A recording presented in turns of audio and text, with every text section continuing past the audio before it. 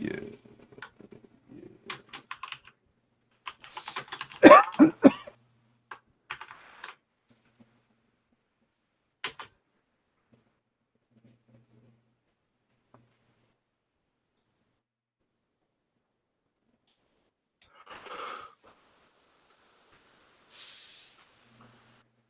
No, no mic.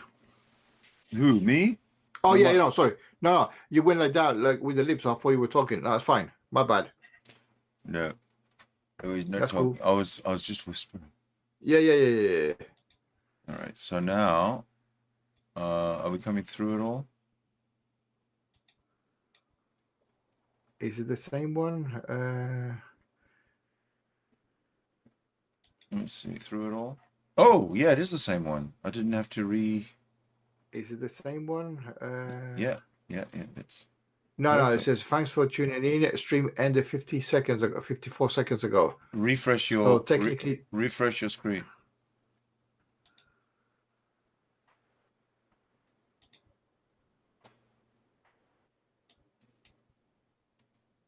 Your YouTube screen. yeah, I did that. All right, so we should be streaming. I don't know. At least looks like on my end. Well, there's no viewers. Oh, you're quite right. Maybe it's No. You're streaming onto a brand new one. Hold on. Oh, stop. That Stop. means It's I okay. have to. No. You're right. I have to start a new stream. I didn't close the last one. Right. Start the stream? Yeah, I guess. Huh? Why not? Who put that photo there? That's funny. Which one? I just realized what you done. The one with the Pope geezer. Oh yeah, me. I put it there. Fucking. Yeah. It's Fucking fine. Catholics. Yeah. Okay, we should be going through now.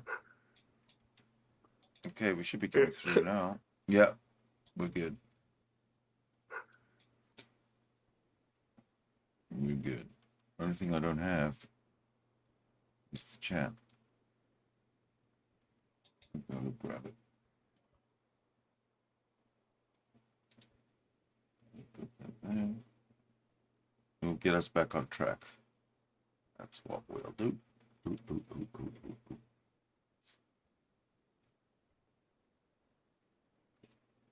Okay, looks like we're about rejoined, I think.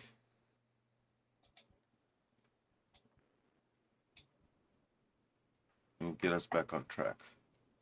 That's what we'll do. Yeah, looks like we're back. Right. Back on YouTube, I mean. I think. Okay, looks like we're about. No. Yeah. Hold on. I have to go into your channel, and you got 2 live ones. 6, right? Yeah, because the other one was 5. It's 6. Yeah. I don't know. I think I'm probably missing numbers too, but doesn't matter. What the fuck? Yeah, that's fine. So you got nobody here. Makes sense. Right. And so that can go like that. All right. Right. I have just muted my YouTube channel, and since nobody is here at the moment, I can share to you. I mean, the meet takes. Nobody can see it except the people that you invite, right? What are you talking about? On the meet, on the meet link, on the meet chat, right? That's only for the internal. Yeah. Internal one, yeah.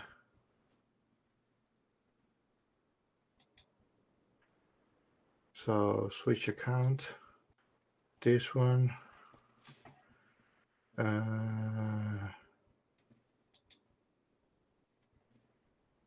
My channel. Oh, you have seen my channel because it's the one with the weeds, the DIY weeds. Oh yeah. You showed me that. Yeah, one. so you have been inside there. Right. That was 7 years ago. 7 freaking years ago. Have you kept the garden weed free for 7 years? Not really. I'll be fucking lazy cunt. So who does the work? Me, when I get my shit together, or my wife gives me a bollocking, when one of the two is the quickest. Right. That's the one. That's the one. The video, the Veckles respond video for your later check-in. Oh, okay, good. Do a reaction to that one? Sorry? Should I do a reaction to that one at some point? Yeah, you can do that. You can do that. Yeah. You can do that. All right. Yeah. Nice. But fucking 7 years ago, that was like the beginning of me trying to say something. Yeah. Got it. But I didn't know fuck all about anything. Fuck all about anything. Yeah. What, doggy? What would you like, doggy? Yes, really. Oh, and what else can I get you? Yeah, and yes. Can I show you our wine list? I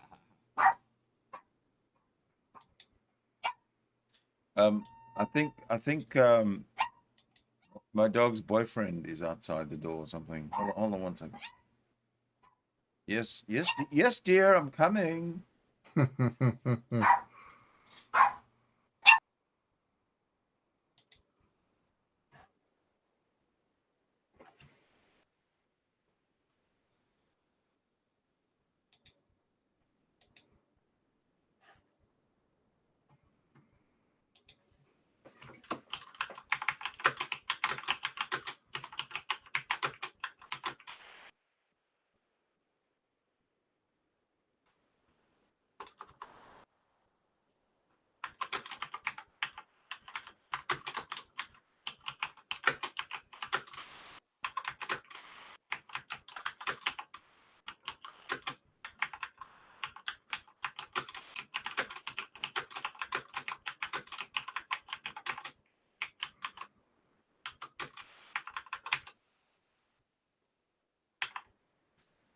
Right.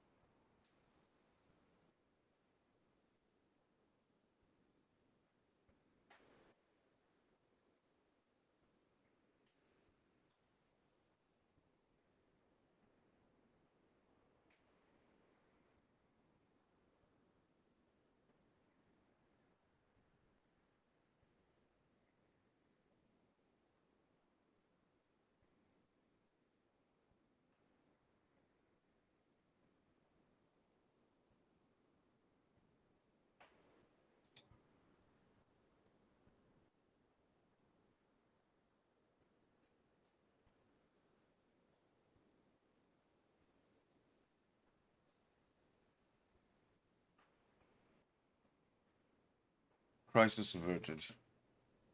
Okay.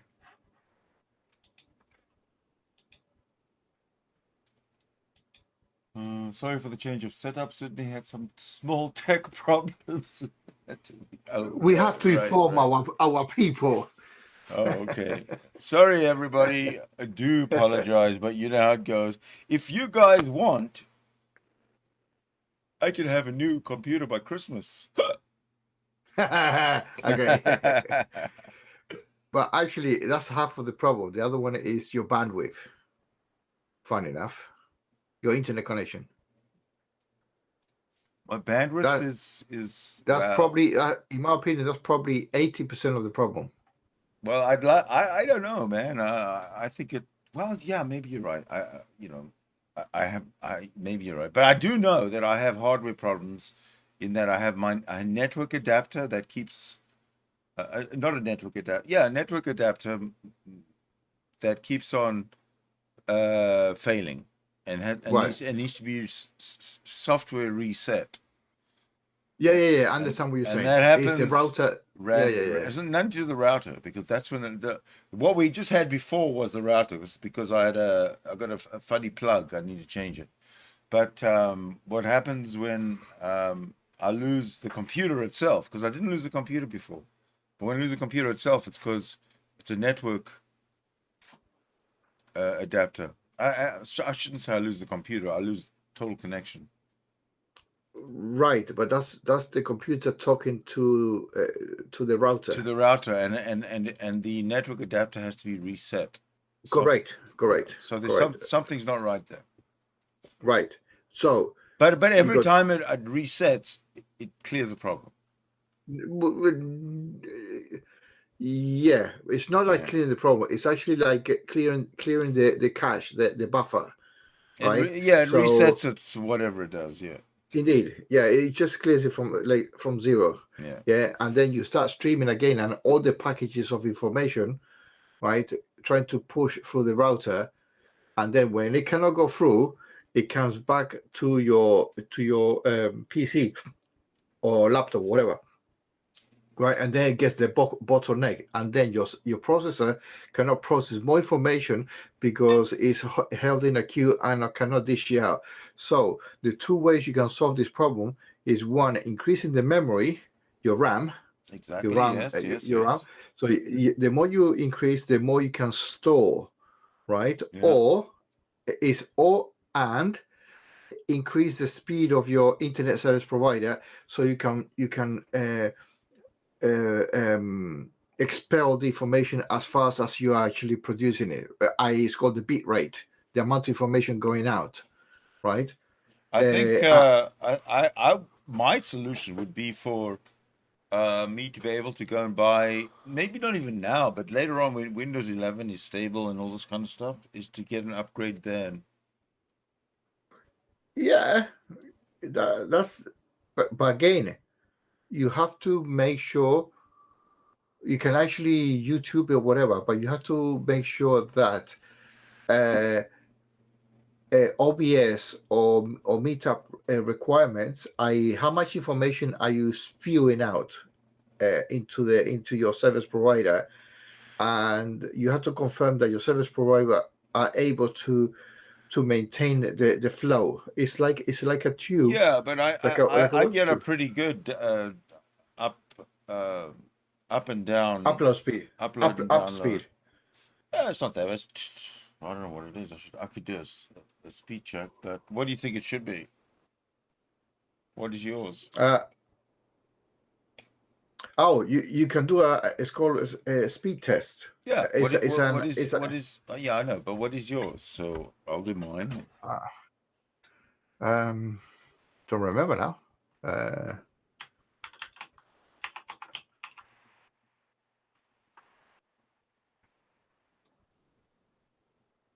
All right, I'll do mine.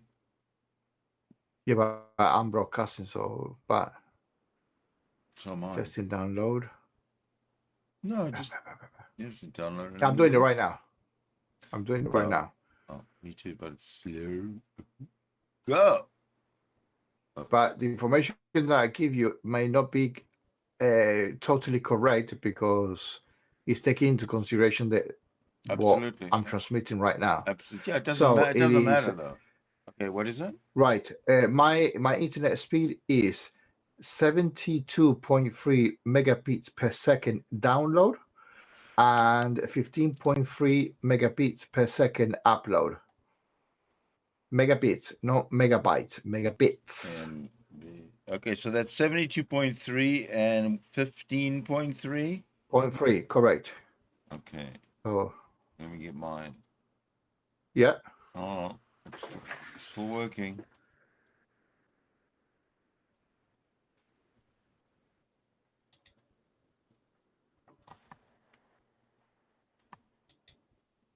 And if your one is higher than mine, I know what's happening. No, mine's much lower. Okay, this is mine. Download megabits per second. 35.57. Fuck me, half of it. Okay. And upload megabits per second 13.98. So So it's okay, close to so yours. Close to yours. close to mine upload, which is good, Yeah. right? Which is good. Which is Actually, way fucking very good. which is very good, exactly. Yes, correct. So that means you can sustain uh,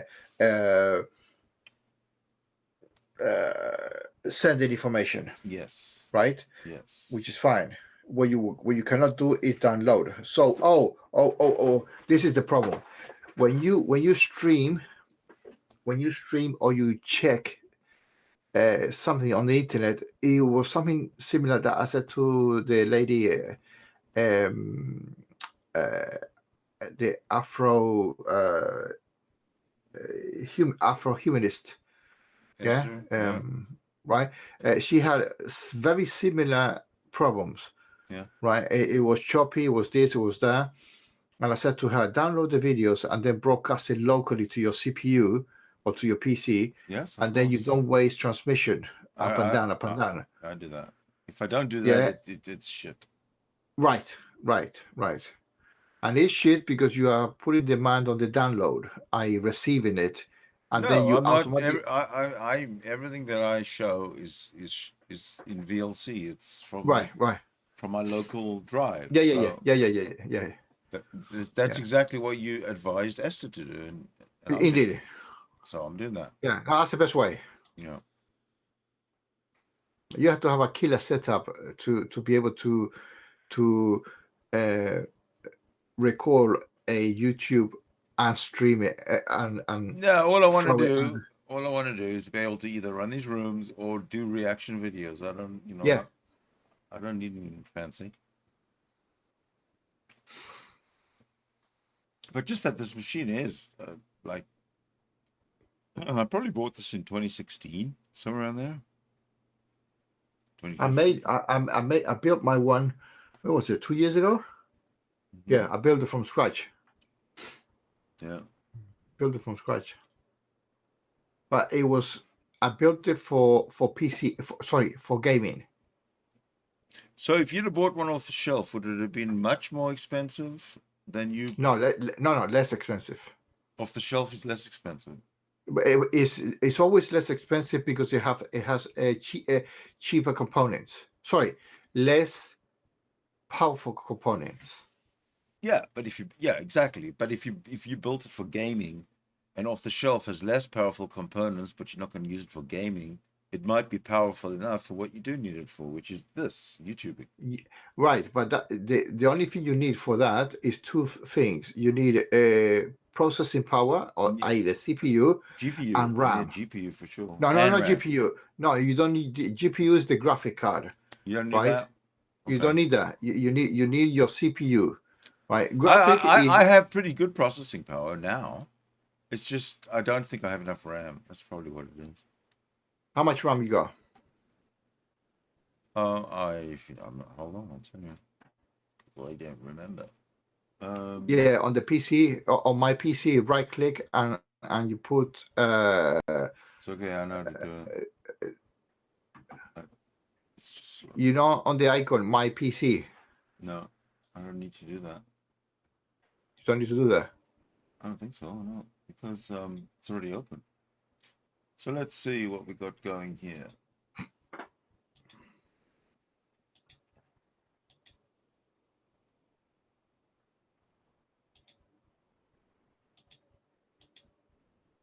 I have 16 gigs of RAM. And it's 12 core, 3.8 gigahertz. 64 bit. Sorry, say again. So I got you the RAM. What have you got the processor? It's an AMD. Yeah. 12 core, 3.8 Okay. 3.8 gigahertz. Okay, it's your memory. It's my memory, which is only 16 gigs. Right. I've got two SIMs. Yeah. Two SIMs of 32. I got 64 gigabytes of RAM. Excellent. Yeah, that's probably what it is. Right. So I Yeah. can do fucking stupid things with this. Right. Because I wanted for the future to have 128, which is the maximum of this that the motherboard can take. Yeah. Hey, I'll go.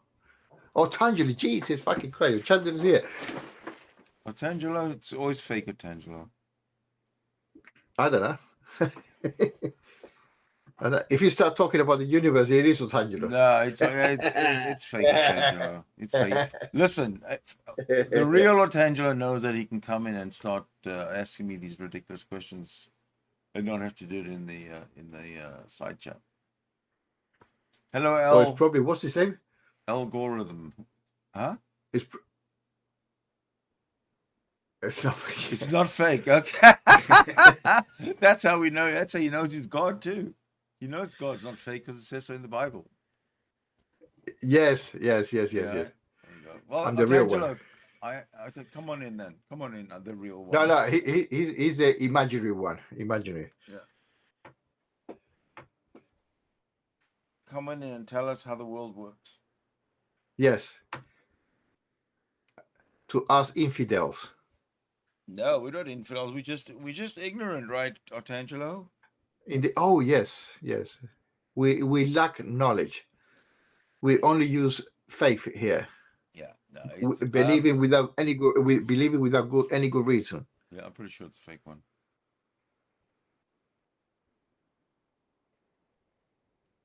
Otherwise, I would have heard the ding dong. Oh, by the way, when we do have a conversation going, when there's more than when there's a few people in the room, there's this raise hand thing. Have you noticed that?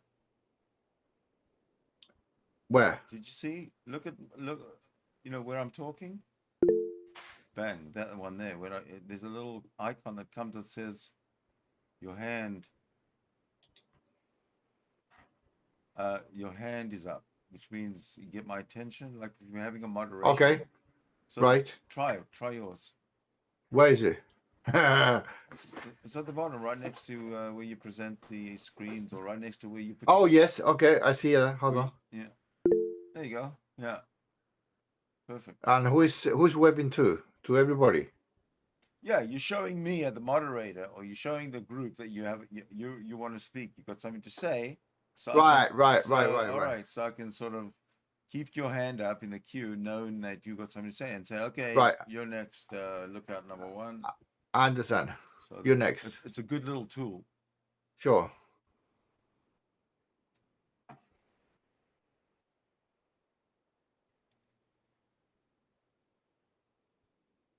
Okay, Al Gore says, I see Otangelo and he blocked me. Oh, so this is either fake or Otangelo unblocked him. Aha, well done, Detective Algorithm.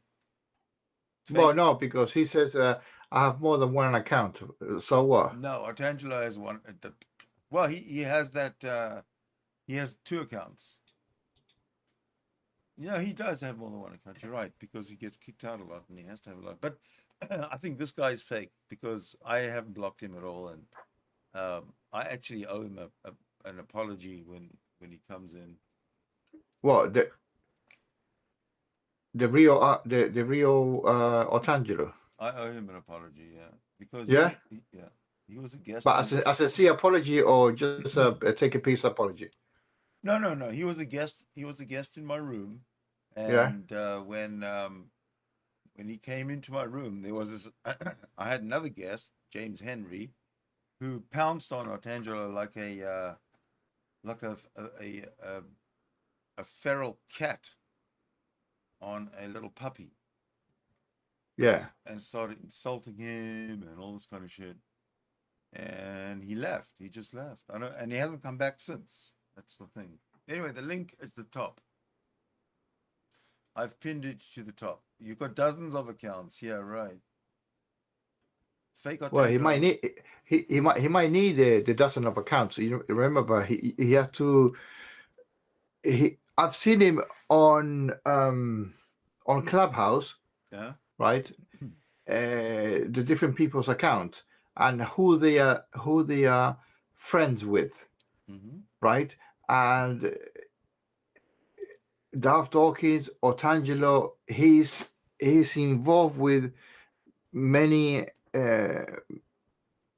many range of different type of people, from atheists to Christians to scientific things. You know what I mean, right? So, but I don't see the point of changing your email address or your YouTube channel or your whatever account, right? Because otherwise you're saying that you are impersonating other people. I don't know. I don't think that's cool. Yeah. Okay. So. Well, don't forget that the real Artangelo would not come in unless Darth Dawkins actually sanctioned. Give permission. Yeah. Yes. If Artangelo kissed the Godfather's ring and got permission, then he would be able to come in. Oh, that's funny. That's funny. That's the way they have that. They have that kind of relationship, you know. It's very, very. Well, it's cute, I guess. You know, they have their thing. No. That's loyal. That's loyal. Loyalty. That's loyalty. Yeah, that's why I admire Artangelo. He's a nice guy underneath all that. Underneath all that confusion, he's a very nice guy. Here comes algorithm. Hey man, what time is it in Sydney? You want almost 2 o'clock. 2 o'clock in the afternoon. Sunday afternoon. Afternoon. All right. So what goes on? Yeah, come in and defend yourself. You see, it's fake. It's fake. So what do you guys watch on 2 o'clock Sunday afternoon for sports, or what do you do? Right now it's pissing rain down, so I'm not doing anything. So what's on TV? Do you do sports? Do you watch sports all Sunday? No, I don't do sports really, to be honest. Okay, what do you do? You just do this YouTube? Yeah, hang on a sec. I gotta mute my others. There we go. Sorry, I had YouTube on the background. Right. Classic newbie error there. So. No. Yeah. It's all good. We're all done. No, I just I spend most of my Sundays listening to Nephilim Free and trying to learn biology from them. You know, that's usually my stuff. That was funny. Exactly. Oh, I can see now he's got fucking sense of humor. Right. Yeah. I almost wish Artangelo would come in because he blocked me because he was a little wuss. Well, this could be Artangelo. I said something about not having any sort of biological or university credentials and getting his information from poor sources, and he said I was slandering him or something, and then did the block thing. So he's very much learned from Darth. He's very much learned from Darth. Isn't Artangelo a university lecturer? No. Isn't that what he does for a living? Isn't he in real? I thought he was in real estate. He used to be like a watch salesman or something, which is why he's traveled around the world. Last I remember him saying vaguely, and I could absolutely be wrong, and if I'm wrong, I apologize. I swear he says something about he's a real estate agent or something in Brazil. So. Well, that doesn't make sense because he said quite clearly that he would, if he had a choice, he would choose to leave Brazil. Now, if you're selling real estate, you love real estate, right? You gotta love the city, the country, the culture, the blah blah blah. You don't sell real estate if you're fleeing the country or trying to leave it doesn't add up. I could be completely wrong then. Like it's not like right. I spend a lot of time with the nuanced details of these people's lives. So I just thought I heard that in passing. So you might be absolutely correct. Yeah, I might be wrong. Yeah.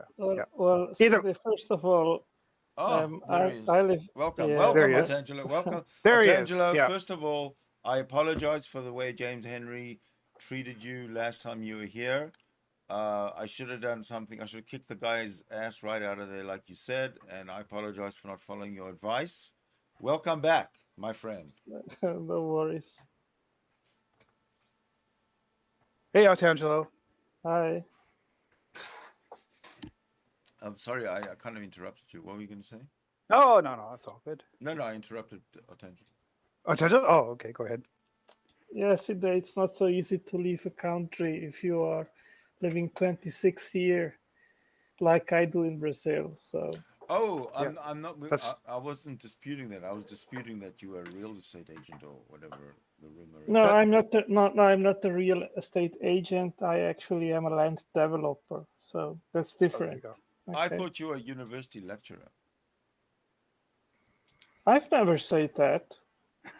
I've never claimed that. I never claimed that you said that. I just said I thought you. Yeah. I don't know why. Maybe you come across as a fucking university lecturer. I mean, that's Hey, usually Angela, how what? you get somewhere in life in Brazil. You're educated or Yeah. successful somehow.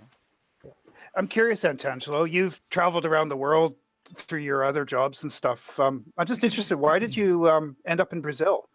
Just out of curiosity. I've been in South America and I love it there too. I know So the answer. if I had That's my me. choice, I'd That's probably me. live there. But I know the answer. I'm just kidding. yeah, Yeah, it was so a dream when I was a teenager. I was borrowing books in the library, and I read there about several places in the world. And then I came up to borrow a book from Time Life about Rio de Janeiro, and I was fascinated by the culture, by the carnival, by the city, and so forth. So that was the a topless place. beaches. Yeah. Yeah. So that it was a desire to Okay, go there, and let's get no, honest. no, in Brazil they don't like Hey, women let him don't talk. like to Let's go get topless honest. to dress. Honestly, So Potangelo, it's the women. Come well, of on, course, I mean, I it's was a the teenager. women. Oh my God! Oh, Yeah. Carnival in Brazil. Oh yeah, Yeah. Yeah, yeah, I yeah, mean, So, it's not yeah. for nothing that I'm married to a Brazilian black And she's woman. So gorgeous. Exactly. No, Yeah. I get you. hey, Otangelo, So that means you can give some input to Tom Locke, right? excuse me. You can no one give can give insight into Tom Locke.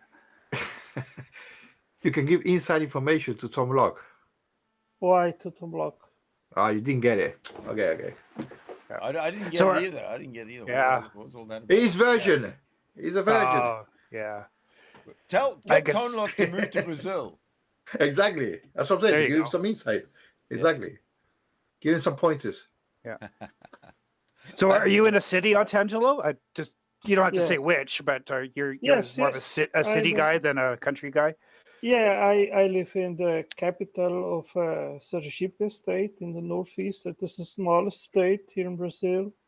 It's about 300 kilometers north of Salvador de Bahia. Yeah, I looked it Okay, up on so it's still pretty big city I though, looked isn't it it? up on Like that. Google Maps and did a Yeah. deep dive, and it's a Cool. really beautiful little place. It's like Yeah. very low crime as well. I looked it up. Yeah. Is it on the ocean or is it inland? Yeah, it's at the ocean. Oh, lovely. Cool. It's very So do you cool. spend a lot of time on the beach and outside? No, to be frank, I'm more a home guy. So Okay, fair enough. We're all yeah, home guys. We have to be. Otherwise, we couldn't I'm more of support an our, outside we person couldn't myself, so we I couldn't kind of support our like YouTube habits. yeah. I like to get out into the bush here in Australia as much as I can. It's pretty special. So Do you have some kind of a immunity against spiders and things that eat you?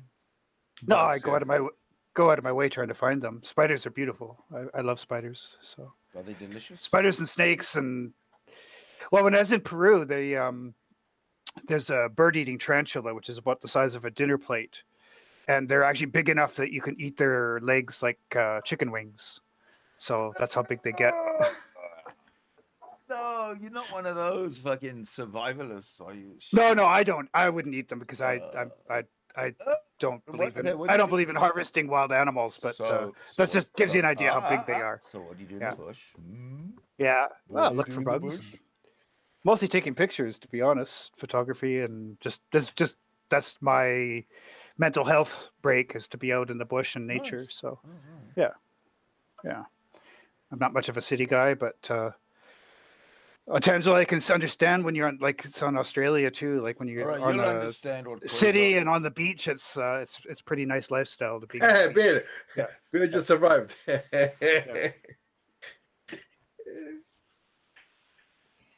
we won't. No one's going to be rude to anybody. So, funnel web, is that what is the funnel web spider? It's the second time somebody's Uh, mentioned it. Quasar mentioned it this time, and maybe last time yeah, as well. they're just they're a type of spider that lives here. They burrowing spider, and they create a funnel web. So they're like live in little holes in the ground, and the males are venomous enough that they can kill you if they bite you. And they're the most venomous one is in Sydney, which so you've got a city of 5 million people with And they're like one living of the most venomous spiders around. Yeah. and they live in just everybody's back garden, these spiders. They can. Yeah, they come into. What happens is they stay in the gardens, and when the males are looking for mates, they wander around, and they can come into people's houses. I think it's There's been arguments about which is the most toxic, the Brazilian wandering spider or the Sydney funnel web, but I think the Sydney funnel web is considered more dangerous.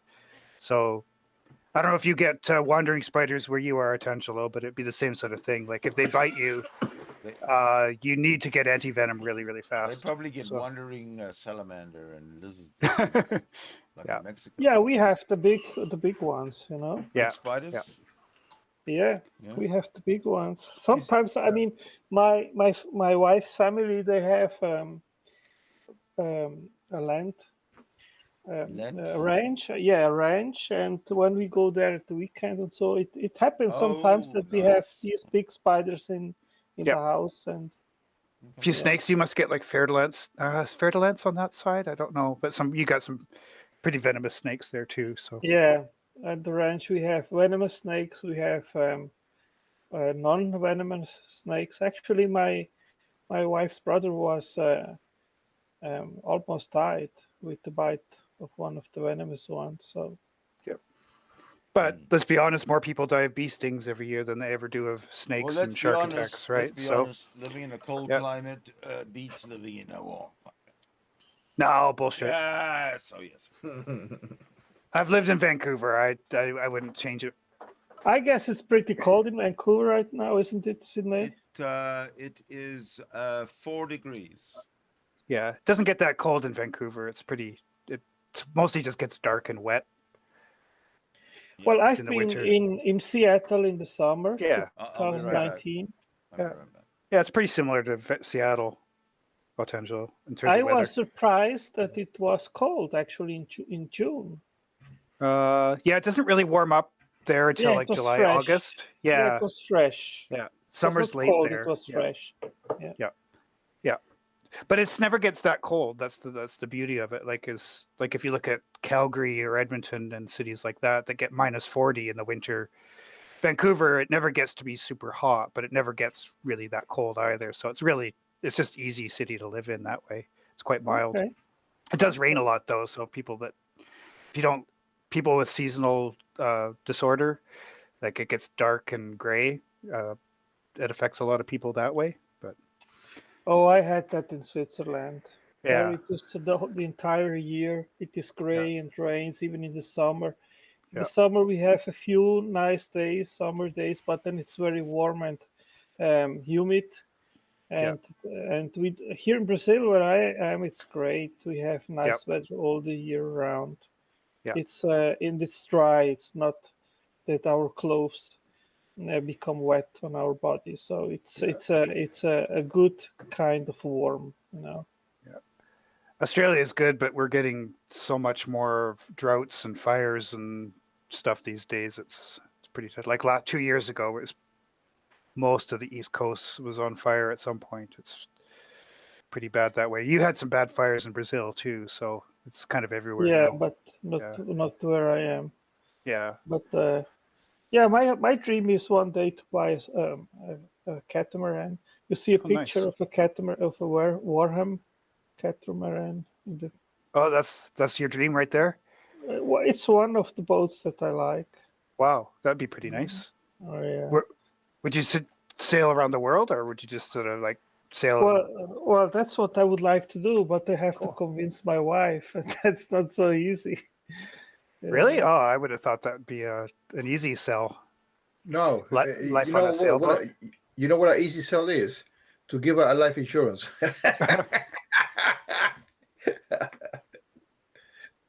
Yeah. So yeah, you go. I'll wait here. You're all right. Yeah, we'll see. Who knows one day. Yep. Now with COVID, it's difficult. I mean, still many ports are closed.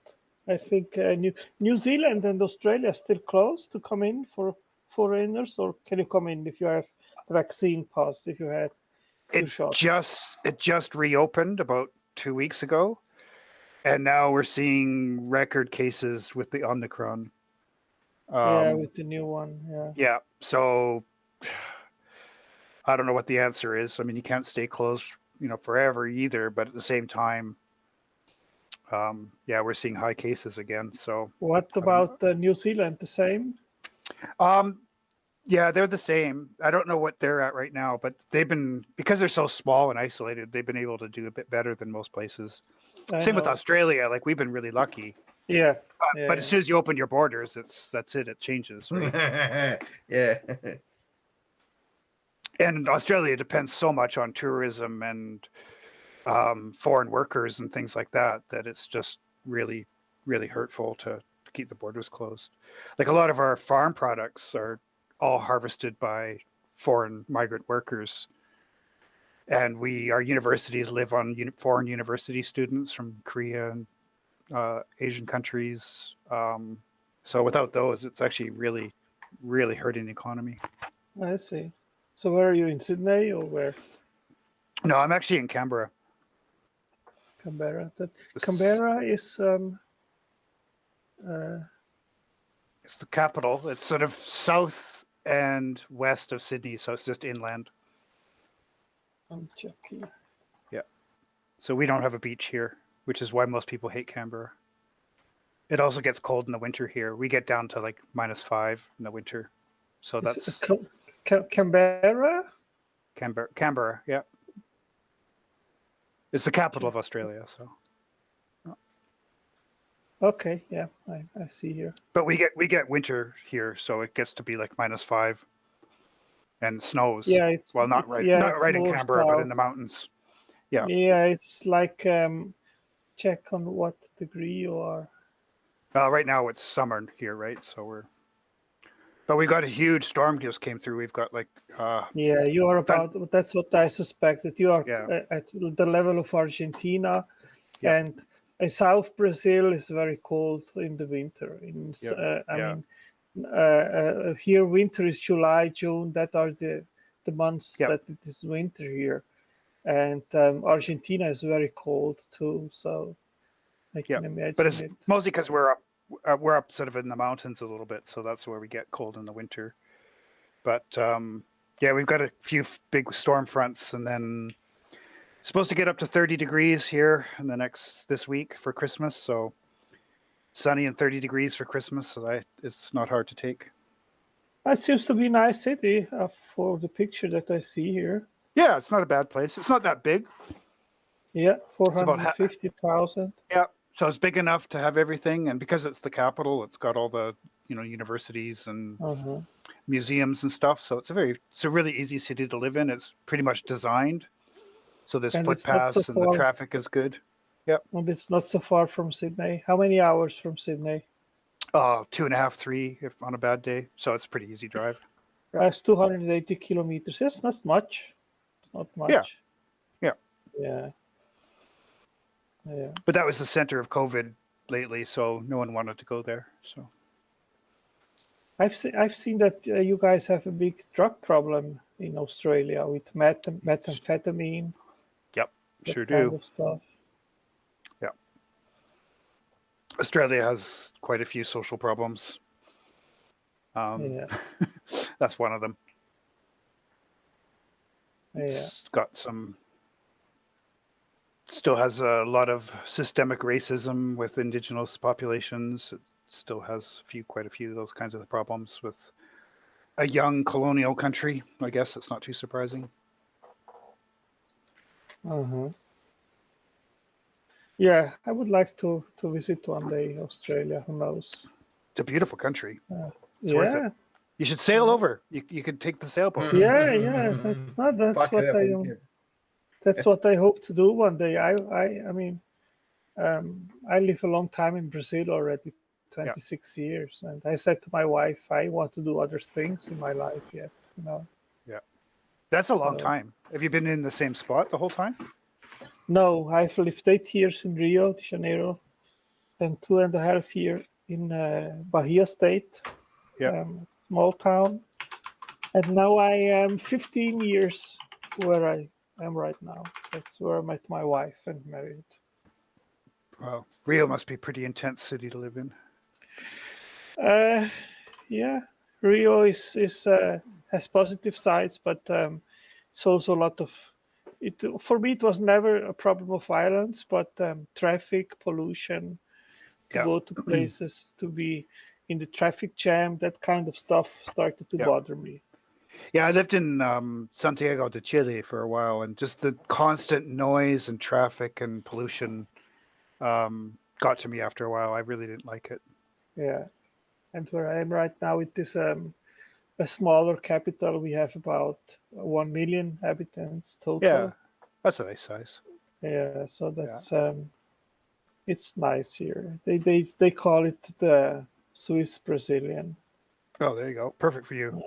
And I live in a neighborhood which name is Suiza, which is Swiss.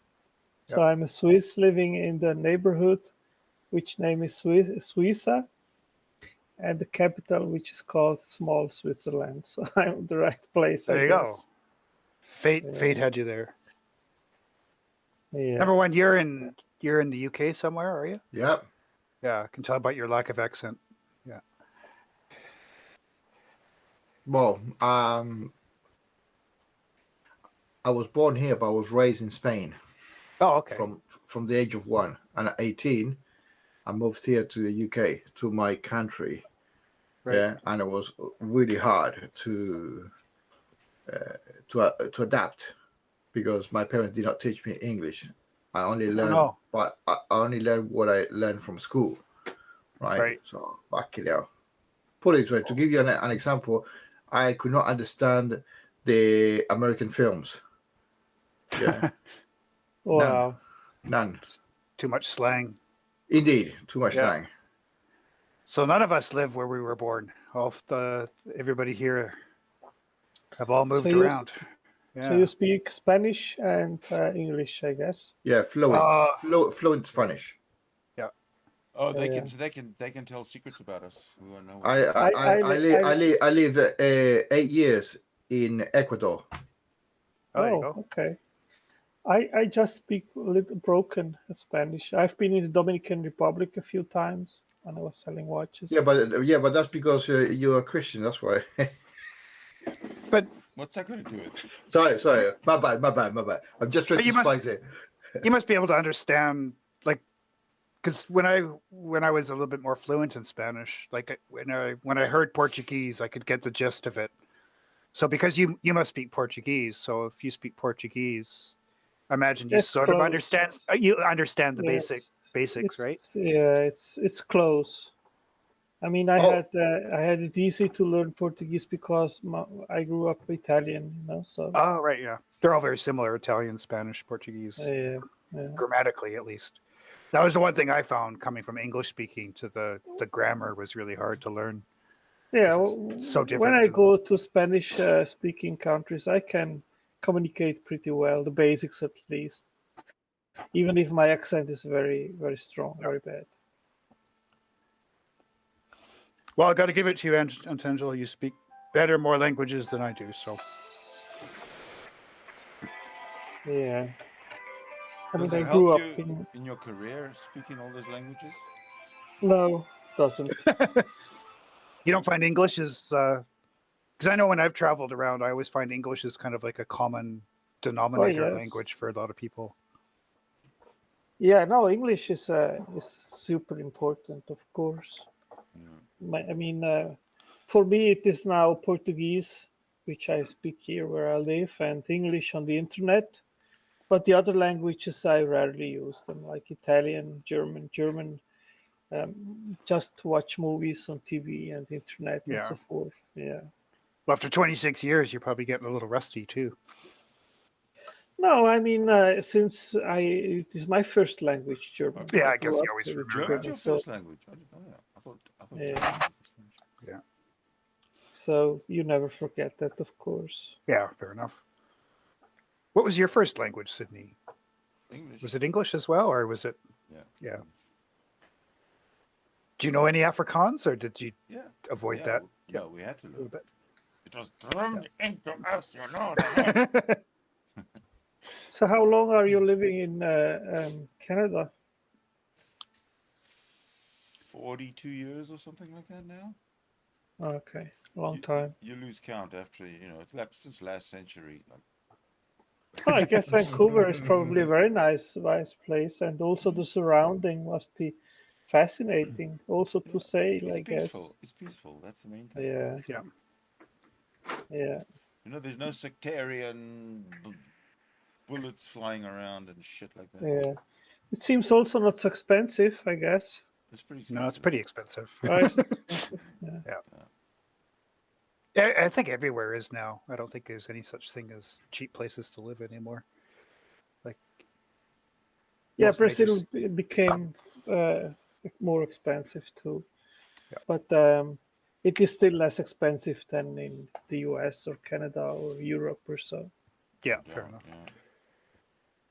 How's your currency? But if you want, Yeah, we had, just to give you an idea, $1 3 years ago or so was $2.20, and now it's 5.70. That's double. Yeah, more than double. So Yeah. very bad in that That's very- sense. Very bad, yeah. Very bad. In is that that because you have a bit of a madman as a president, or Oh yeah, yeah. I mean, we hate that guy. We hope that. How is it that somebody is so hated gets elected by the people who hate him? same way Trump does, I guess? Yeah. Yeah, Yeah. but Trump, hold on, this Bolsonaro has been around for to me, he's been around for more than 10 years or something. How long has he been around? Money talks. Money talks. Yeah, Trump's but he will. money didn't talk. He He will doesn't have not any be money. elected. He will not be elected next year. He Oh. will lose the election, and Lula is in the front right now. He has almost 50% intentions of votes. So this big probability that he will win the election, and when that happens, then everything will get better here. So people are pretty sick of him. Of Bolsonaro, yes. Yeah. Yeah. Well, that's good. I mean, That gives me some hope because he's off. So he's awful. So in who's every going to sense. replace him? Lula. Isn't that a name that's been president before? Yes, he has been president 8 years. Yeah. So why did they kick him out if he's so popular? They want to replace Well, this you guy can have. with the guy they kicked out from before. No, he wasn't kicked out. You can just be re-elected once, and then you have leave office. So he was re-elected. He remained in office 8 years, and then they elected someone from the same party, and she she was president for 4 years, and then she was re-elected again too. But then they took her from office. So it was a political move. They removed her from office, and they put someone from the right wing to replace her. And that's when things started to get worse. yeah, the amount of destruction Bolsonaro's doing to the Amazon and stuff like that is just unforgivable. Yeah. Yes. Before I forget, and I always have Carnival on my mind. But question for you is Carnival like just in Rio, or is it like all around in all the cities, in all the big cities, or how's it work? No, it's nationwide, but okay. but organized. It is and states sponsored by the government because come on, Artangelo, invite me for the next one. Come on, Artangelo. Yeah, because it draws a lot of tourists and it moves the economy, so it's good for the economy. And the women are gorgeous. So if we send you some beads, will you well, do your next live stream with no shirt on? I might surprise you, Sydney, but I disagree with you. If you come to Brazil, then you will probably agree with me that big majority of women, they are not beautiful. So all the women women are which are beautiful, All they are women just are all women are beautiful, Artangelo. yeah. It is obviously it is a subjective matter, but Well, when I was in Norway, I didn't see that many blondes, so I think I know what you're saying, Tangelo. It's never quite that simple. Norway's not known for blondes. It's Sweden that's known for blondes. do you know which I was woman assuming that no. Yeah. if you I mean I am saying that if you Finland, just for walk sure. on the street, right? Now if you just walk on the street, you know, a surprising place is Japan. For But what? just but for women, because they are so well dressed, the population in general in Japan, on the street in Tokyo and so forth, they are so well dressed, and the women as well, they dress well, the makeup is just perfect, you know. From I that perspective, you would enjoy it just to walk around in I Tokyo. It's enjoy amazing. I imagine that Japan is like a petite population of petite people, all well dressed and Petite, that sounded rude. rude. Your lecherous mind. That's what came across.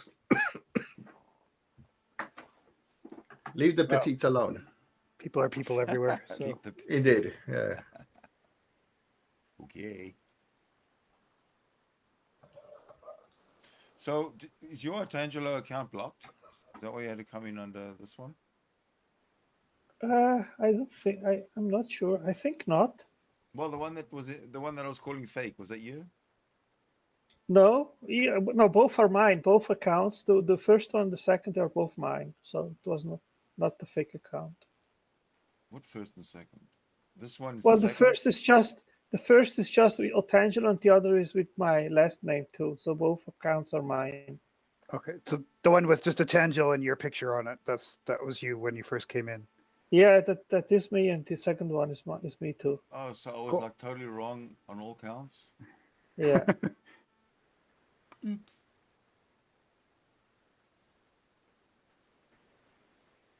I'm glad you got on because I know Sydney was wanting to offer you that apology for a while, so I was anxious. I was wondering about Yeah, what it's that was been happening. like months. It feels like it. Well, you know, I've been so, let's say, used to be mistreated by atheists. So I know, but that wasn't an atheist. That was just a bad human. Yeah. yeah, but I am not talking about that guy right now. I'm talking more. You know, to be fair, you know, more Tangelo, common. I think the online communities and a lot of the ones where you do spend time in is full of a lot of really just icky people, and they're hiding behind the keyboard and the monitors and stuff like that. I see it on both sides. Yeah. I'd push back when you say, you know, how I was treated by atheists. I think just that general online community is full of just Oh yeah. No, obnoxious, horrible people. I wouldn't even yeah, say it's they're atheists. I would just say you're treated poorly online. yeah. No, I I mean, mean there are channels like you Smoky Saint, which are absolutely oh yeah. horrible behavior. I mean, I mean, you look at the JiLs and praises of the world. I mean, they're yeah, and I don't say they're bad people because of their theology. I think they're just crappy people, to be honest. yeah, and also And the internet PMAR. does seem to accumulate them, right? So, Yeah, and I mean also PMARS, which is a racist, and yeah, or at least he makes racist comments in the side chat. So I'm really not.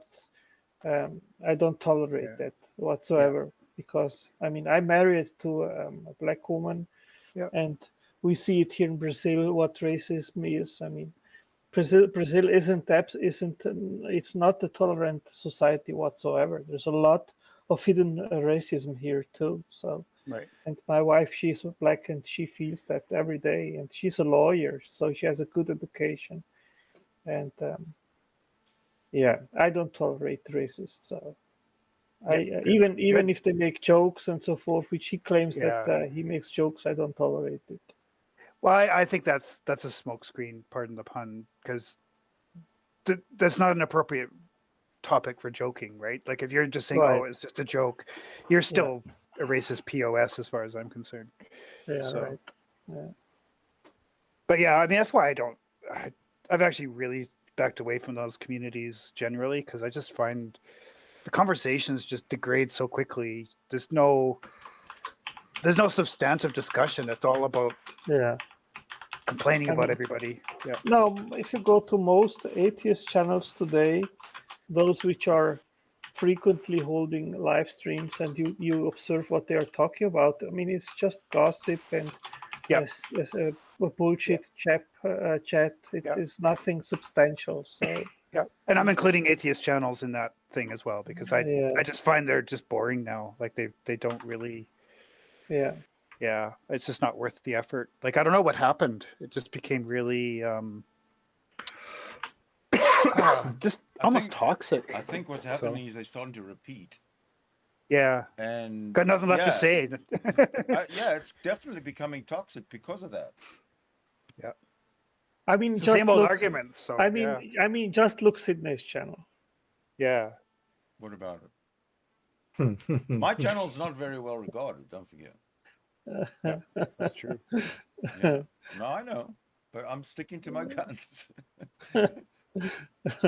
There is a reason why you don't see me frequently at your channel, Sydney. Well, so you it's don't- an exception that I'm here now.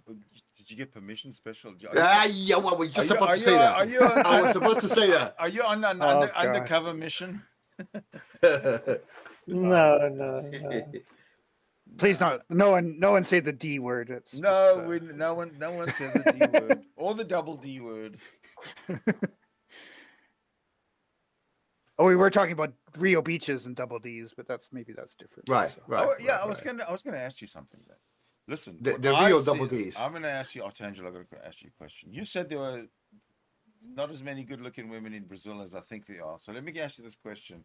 When I see, since I was a young kid, I've also wanted to go to Brazil because of Carnival, right? And I've seen these gorgeous bodies with Carnival, and they're just like everybody's gorgeous. How is it that they become not so good looking now?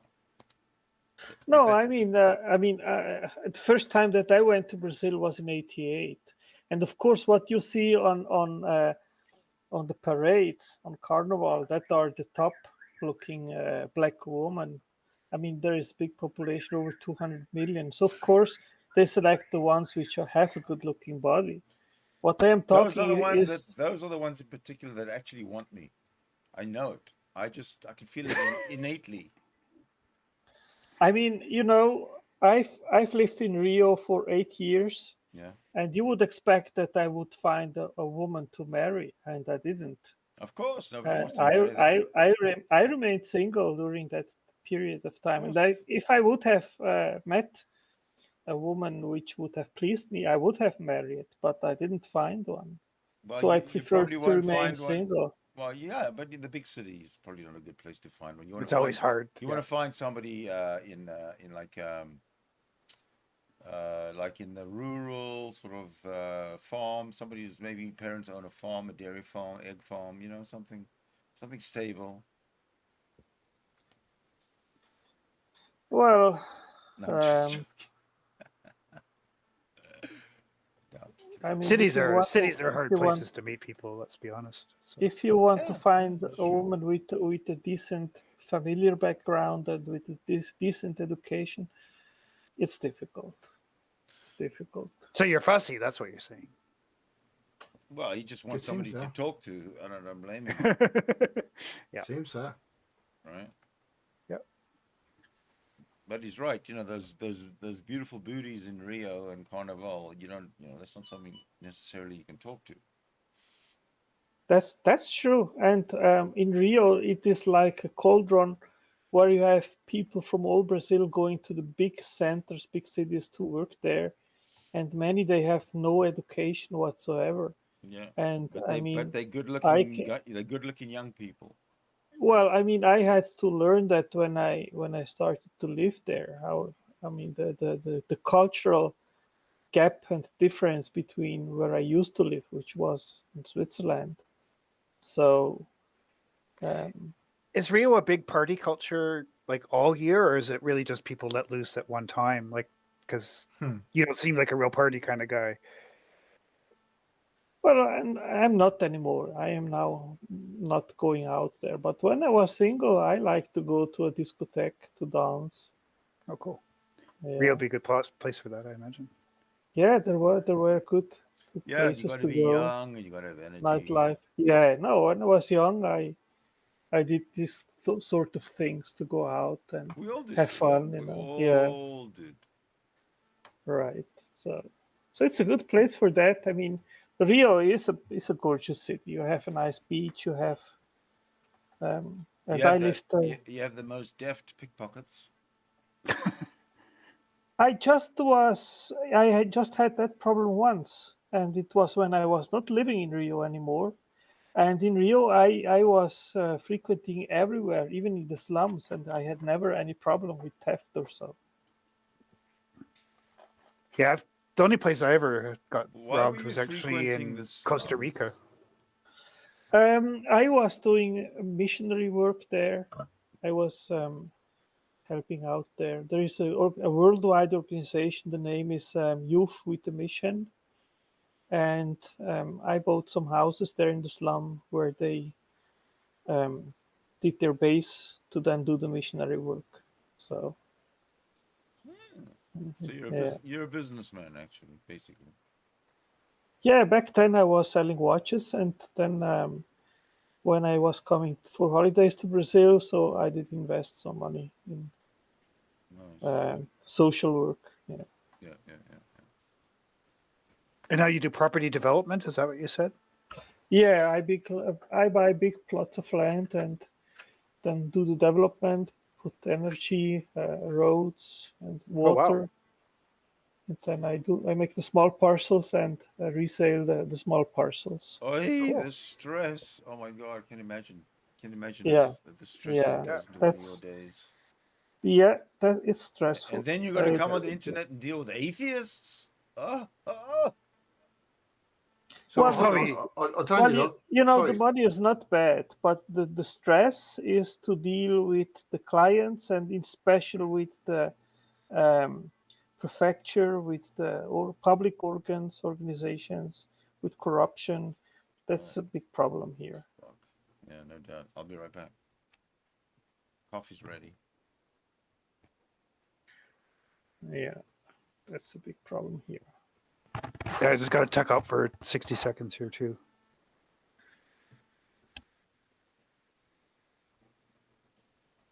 So you don't develop the houses, right? The residents. No. You do the plotting. Right. Right. No, I understand what you're saying. I work as a driver, HGV driver, driving the machines that after the plotting gets there to start digging. Okay. Right. Okay. I transport those machines Okay. on my HGV lorry. Right. Okay. Yeah. So I understand what you're getting at. Yeah, but Right. I mean, Right. you are the in between the owner of the land and the actual developer. The actual Yeah. developer. I mean, building houses is very complicated. So Of course I it don't is. want to Of do course it. it is. Yeah. Of course it I've is. built few houses, but No, it's not the same. I'm not. It's not the same. You got hundreds of different people with different skill sets. Yeah, all type of laborers, electrician, plumbers, whatever, right? Scaffolders and the whole. And after that, you are responsible for 5 years for the construction, and if there is Right. some Same here in the UK. yeah, and if This there is house some I am in. structural if there is some This house. structural problem with the house, then you are responsible, and that can be big problems. So I avoid it. Yeah. Yeah, because the foundation has to be really fucking solid. Depends on how high the. Yeah. If it goes to one floor, 2 floors, it's going to be high, more foundation. We had that here. That some guys they bought some land plots, and the foundation wasn't stable enough, and then the walls broke up, and they had the responsibility to fix it, and it can be big headache. So. Wow, insurance must be expensive there. You would have to have that covered by insurance, right? No, actually, when someone buys a house and does the finance on the bank, then it is included that you must pay also the insurance of the house. And when something when there is a problem, then the bank can just action the insurance, which then pays for the Oh, okay. fixing the problem. Yeah. Yeah, but it's a good business, and we have a lot of. I mean, it's in Europe. I wouldn't be able to do this because in Europe the land is much more expensive than here. Indeed, yeah. And also, And there's much more competition in Europe, whereas there, how many land developers are you competing with? well, I mean, I cannot give you a number, and Well, there are different, let's say, levels of land development. There are those which make condominiums, which is much more complicated. They make the clubs inside, and they are more expensive. And what I do is more the basic thing because it's easier to do, and yeah, it's well, how much less. competition do you have in what do you do? Well, I actually have not even thought about that. Competition isn't a problem whatsoever for me, I would say. Exactly. That's what I'm saying. You got it easy. Uh, In Europe, there'd be it's lots of not easy. competition. It's yeah, but it's Well, not it's not easy. easy. It's still very stressful. But I mean, the it looks profits. easy maybe it looks easy maybe from someone from the outside, but when you Maybe. are in the business and then you know what you have to deal with, then you know it's not easy. Well, can I say that the profits that you make are much more than the same person dealing in Europe would make. Uh, So yeah, I yeah, mean, Probably from I don't margins. think I don't think you can compare actually the business here in Brazil with Europe or Canada or the US because it's completely different. no, I The, understand that, but it gives you a very very good living. You're able to have a very good lifestyle from it. well, I'm assuming. what I can say is that I can make um, a comfortable living. Yeah, yeah, I can live honestly without owing anything to anyone. But yeah, yeah. But and Is there still but still, much corruption? I mean, a good aspect is that I have. I mean, I can just um, contract those which make the infrastructure, so I have a lot of free time. This is positive. that's good. Hey, let me ask you a futuristic question. Where will you be retiring? Well, I will remain. I mean, my education is where I am right now, but as I told you, in future someday I want to make some traveling again with the boat, the sailboat, see some different Oh, yes, places. you did, yeah. Who knows? Maybe one day. I'm still young enough for that, but it also takes some learning curve. You have to have some Well, experience. you're still young enough right now, and you'll still be young enough, into the near future. But Well, you there need to comes a be good. time where You if you need to have a haven't, good health. You yeah, need to be. but there comes a time where if you It haven't doesn't done matter. anything, You can be a young guy, but if you are not in good health, it doesn't matter. So you can be 70, but you can have a good physical structure, and you can do it. So yeah, okay, there is that positive outlook, I guess. Sydney, one thing that is different also Europe from underdeveloped countries Yeah. is that the the main developers, the one who has all the infrastructure to actually build the houses, have got their own team from lawyers to people to run around finding land. Basically, that's what it is, finding land. Mm-hmm. Yeah. And the people who find the land would be probably the direct competitor to Tangelo, right? Which well, is we had an Italian company which came here, but they were a big company. They were developing things all over the world, and they also bought land that didn't go well, and they were unable to develop it. And they just made one enterprise, as far as I know, and they built houses, small houses that went well. So I mean, not every time that you buy a big land plot that it goes well. So there is that risk as well. It's not easy, and to find land plots which are good to do development, it's difficult. It's not easy. The only what I can tell you about that, about buying land, is to be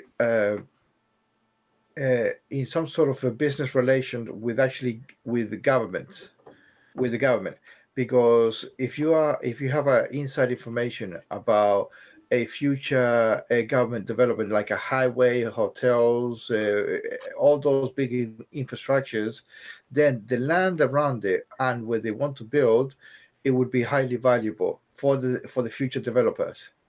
Right. Well, That's in my case, it was like this. When I came here 15 years ago, they were building a bridge because there is a river nearby the capital, and that bridge was about 6 months ahead to be completed. And I knew as soon as the bridge is completed, of course, then the city would expand to the other side, which was underdeveloped. right. Yeah, and that was a good opportunity. So that's where I started actually with that activity. Nice. Very, Yeah. very brave. No, it's a calculated risk or calculated assumption. I don't know. So you man. presuppose Otangelo, you presuppose that there were going to be developers on the other side of the bridge. Yes, and it is interesting that the locals, they were not confident because back then the city was with lots of crime and drug dealing, that kind of stuff, insecurity. So the local media was very negative. So that was good because the price of the land was cheap. Right. And I came from another place, and I was not influenced by the local media. I didn't read it actually. I just looked at the place and I saw the bridge in construction, and I said, well, it is obvious that once the bridge is finished, that then development will speed up and it will be good. So I did the bet, and it was good. Yeah, So, probably. For example, after a good big river bridge is constructed, most certainly one of the other side will have a fuel pump, right? A petrol fuel pump. That also needs a hell of a lot of land. Yeah. what do you mean? And you're going from a developed to a non-developed place, so you're gonna start making even electrical substations, right? So basically, government stuff. From the ground up, eh? Indeed, from zero. Yeah. From that perspective, Brazil has been good for me because I was able to do something which I couldn't have done in Switzerland or in Italy or in a first world developed country. How about in Newcastle? Well, I don't know where that is. Newcastle must be. It's a very underdeveloped part of England. I think everything in England is very developed, right? Well, except for the people. Yeah. The people are all cunts. Mr. Cunt. Cunts. Yeah. Yeah, Mr. Cunt to you. Come on. Yeah, exactly, Mr. Cunt to you. At least have respect No. to Mr. Cunt. Why? Huh? Why? Okay, guys, I'll leave here the chat. Right. Listen, Otangelo, finally, right? You remember, Sydney, that nobody has mistreated you in a bad way. Just remember that when you are with your friend, right, that not every atheist is an asshole. I will leave it like that. Yeah, but Yeah. I mean, if you've seen my way to interact with atheists, it's different than. Fucking hell, Jesus Lord, crazy or what? He's just giving me a fright. Joe, welcome. You have to. There we go. Oh dear. Okay. Yeah. Hey, how's it Yeah, going? Angelo, Angelo, if you're heading off, just wanted to say thanks. It's nice to actually have just a normal chat with you. Well, So hang about. glad to involve- Hang about. We've got. oh, well, I know we do that. Antangelo's here? Yeah. Yeah. Where? I don't see him. Oh, he's here. Oh, it's next to you. Check it. Next to you. He's touching, the boat. he's touching your knee. Yeah. He's trying to sail. He's trying to sail away from you. Yeah, exactly. Exactly. Look Where out are for they, number Renee? one. Is that Otangelo? Yeah, it's, that's going me. out, it's going away from the Lord. Oh, you never. I've never seen you on camera. He's been Well, on I've camera. not. I've not. You certainly know what he Yeah. sounds like. Otangelo's Yeah, been on I- camera tons of times. Yeah, Yeah. of course he is. Yeah. Oh, you're the sailboat. Yeah. Yes, that's me. Oh, Otangelo. Okay. I thought you were. You only got it. Oh, well, Sydney has his camera on.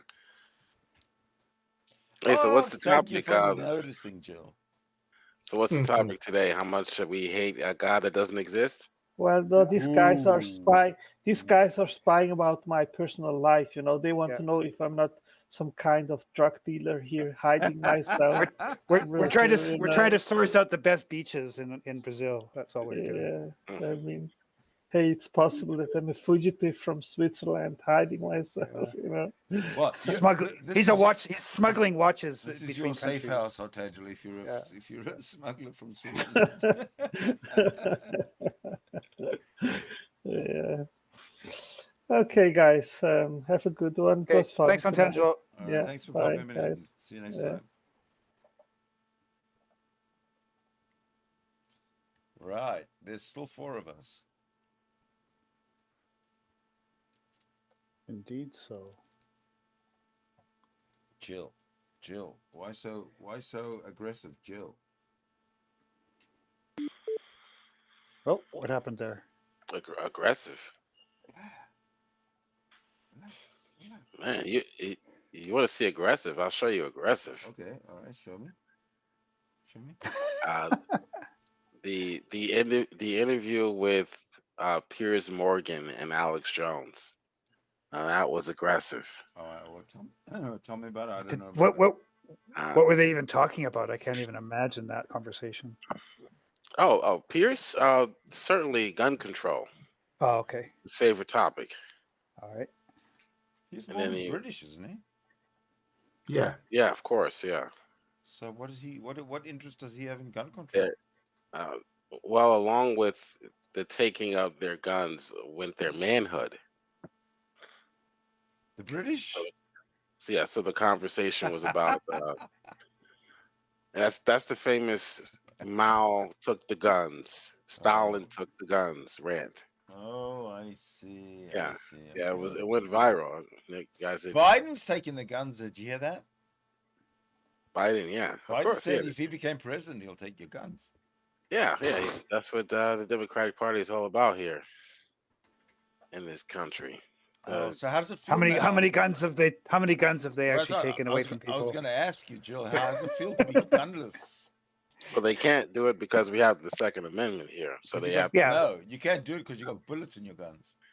well, they have to slowly, but make gun laws restrictions in order to eventually do away with the Second Amendment. That's So that's it's a their plan. long-term project. Yeah, that's the Oh, cabal's plan. Bill, stoking the fire.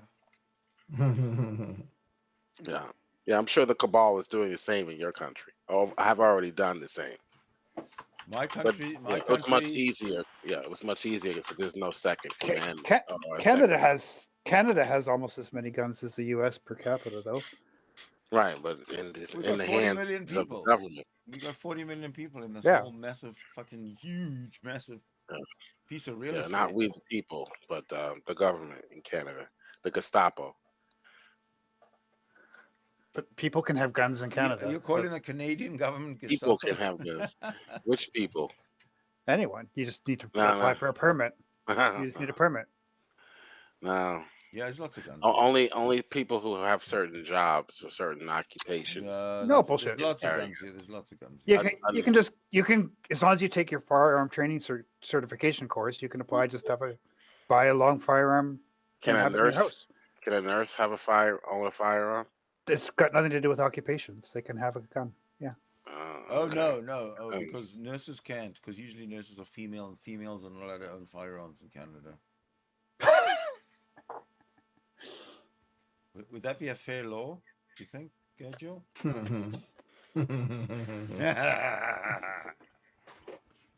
Yeah. So, yeah, I think you better look up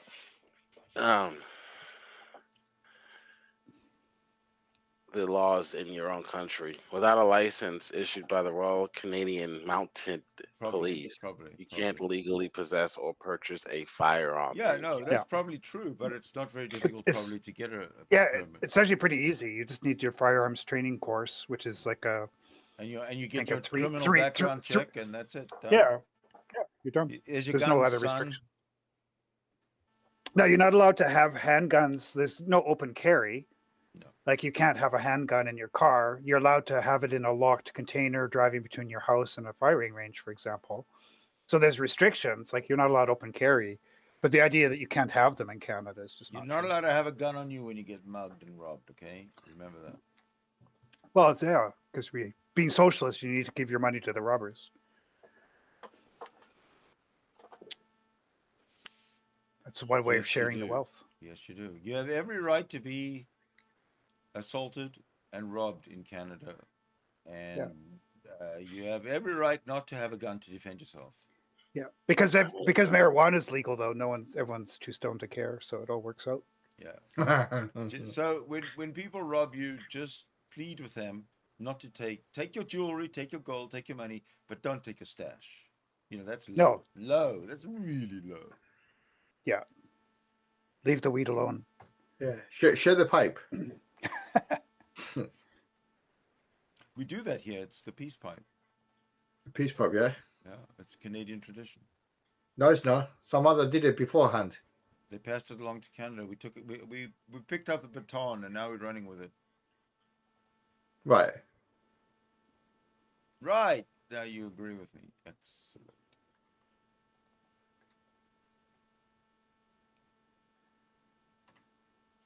JiL, you got nothing to say? Just hanging out? Oh, I just came on to the conversation. I didn't know what were you guys talking about. Waiting to catch the wave, the flow. I'm not. Yeah, what are we talking about? I wasn't quite sure. Well, you We kind of didn't have- came in. You kind of. We didn't have any deep conversations going. No, We were no, just no. Well, it's not that. It's just that the dynamic changed because when you came in, Artangelo left, so we were in a groove with him, and then you came in, so we got to pick up a groove again. Oh, okay. Was there anything I can help you with? Most atheists I know are biblically illiterate. Yes, yeah, but you So, can help us with. And the other way around. And the other way, it goes both ways. Oh, really? What's the other way Oh, around? yes. I would doubt it, but Uh-oh. I don't. Gauntlet I thrown. don't. Glove thrown. so is there any help, any Jil- Bible questions I can help? Yes. Jill throws down the gauntlet, and Yes, you Lookout for may. Number One picks it up. all Yeah, right. you may. Hold on. Sharp, everybody. It's Right. on. It's on. Let's go, Mr. go. Jesus, right? How, You can call me Joe. Joe? Thank you. Yeah. Let's start from the beginning, like really fucking the beginning, yeah. The first 3 days of creation, right? How do you justify 24 hours per Earth rotation without sun? Go. I thought you said you were biblically literate. Sorry, Uh, I am. It's funny. The days of creation are not meant to give you a chronological rendering of creation. They're not sequential, they're symmetrical. Where does Oh, the Bible? Where does the Bible say that? No, hold on. I'm the one. I'm the one. Okay, I'm the one. go for I'm it, the one. go for it, I'm go the for one. it. I'm just going Right. to mute myself out of this one. Yeah. Right, Yeah, that's go good. away. Right. Joe, Yeah. you know that you're wrong, right? Because No, you're talking I about don't because you are talking about either old age creation or new age creation. right? There's more than one two interpretations. There's two interpretations. You can either there's either more than old two. or new. There's more than two. If you were biblically literate, you would know that. Okay, The Bible is educate me. historical narrative, but it's interlaced with Hebrew idiom. And oftentimes the author will take the opportunity to use, in this case, a literary device called a mnemonic to teach the fact that God created everything, not necessarily to teach the order in which the creation was had or made. I understand. I respect that. What I'm saying, because that's another interpretation. What I'm saying is what is being written, right? That's the final authority, allegedly, right? Saying that in a few days, in a chronological order, in a 24-hour consecutive time, things happened, right? Or events happen in each day, right? So I'm challenging the concept of day within the first 3 days, right? Because you're gonna have an issue with young Earth creational pastors, right, all over the fucking world, right? And that's a given because I've heard many young age creational pastors saying, "Oh, it's literal." Yeah, that one day is that one day. It's 1 24-hour day. Unless you're gonna correct me and saying either is a 1 day is more time, which I have heard that before as well, or something else. Well, I've already corrected you into saying that you're reading that into the text. And sure, there are a lot of Christians that do read a literal 24-hour reading, and then there are some who read a new or a age, what's called the gap theory, or the gap age theory, where there's billions of years in each day Correct. represents. So Correct. either interpretation is an imposition onto the text, which is fine in this case. There is more than one interpretation, but I think the best approach is the what's called the literary framework approach. That Moses, just like a great teacher, a great educator, like myself, is using a memory device and teaching the facts of creation, that God created everything in a way that they can remember them. And most people were familiar with the 7-day cycle, which we still use today, by the way. So Okay. that's the Yeah. best way to teach. As an educator myself, I would applaud Moses. When I taught the steps of photosynthesis, I associated the steps of photosynthesis with the 5 days of the week, the 5 school days, which all children know. Monday, this happened. Tuesday, this happened. Now, we all know the steps of photosynthesis take a matter of seconds to occur, not 5 days. So the goal was to show and to teach the facts that God created everything, not to necessarily tell you when or how long it took.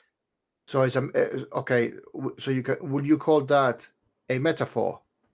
No, it's not a metaphor. So what is it? Is it It's a is it mnemonic. It's a is it memory device. It's a where mnemonic. It's a I way understand? to remember the facts. The 5 steps. I think I'd stretched it to 5 steps. Some say there are 4. But for the purpose of teaching, I stretched it to 5 steps, the 5 steps of photosynthesis, right? What are the steps of photosynthesis?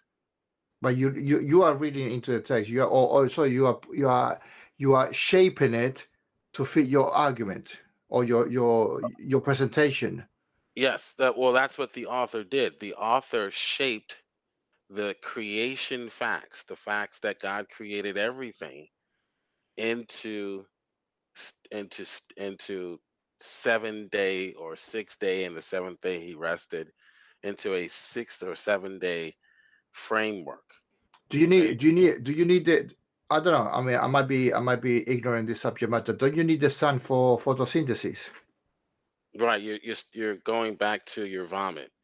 Yeah, exactly. I've already dealt with that, because that the purpose of text was not to communicate the chronology or a chronology of creation, but a hierarchy for that matter also, and So a would way you to would remember. Like, for example, uh-huh.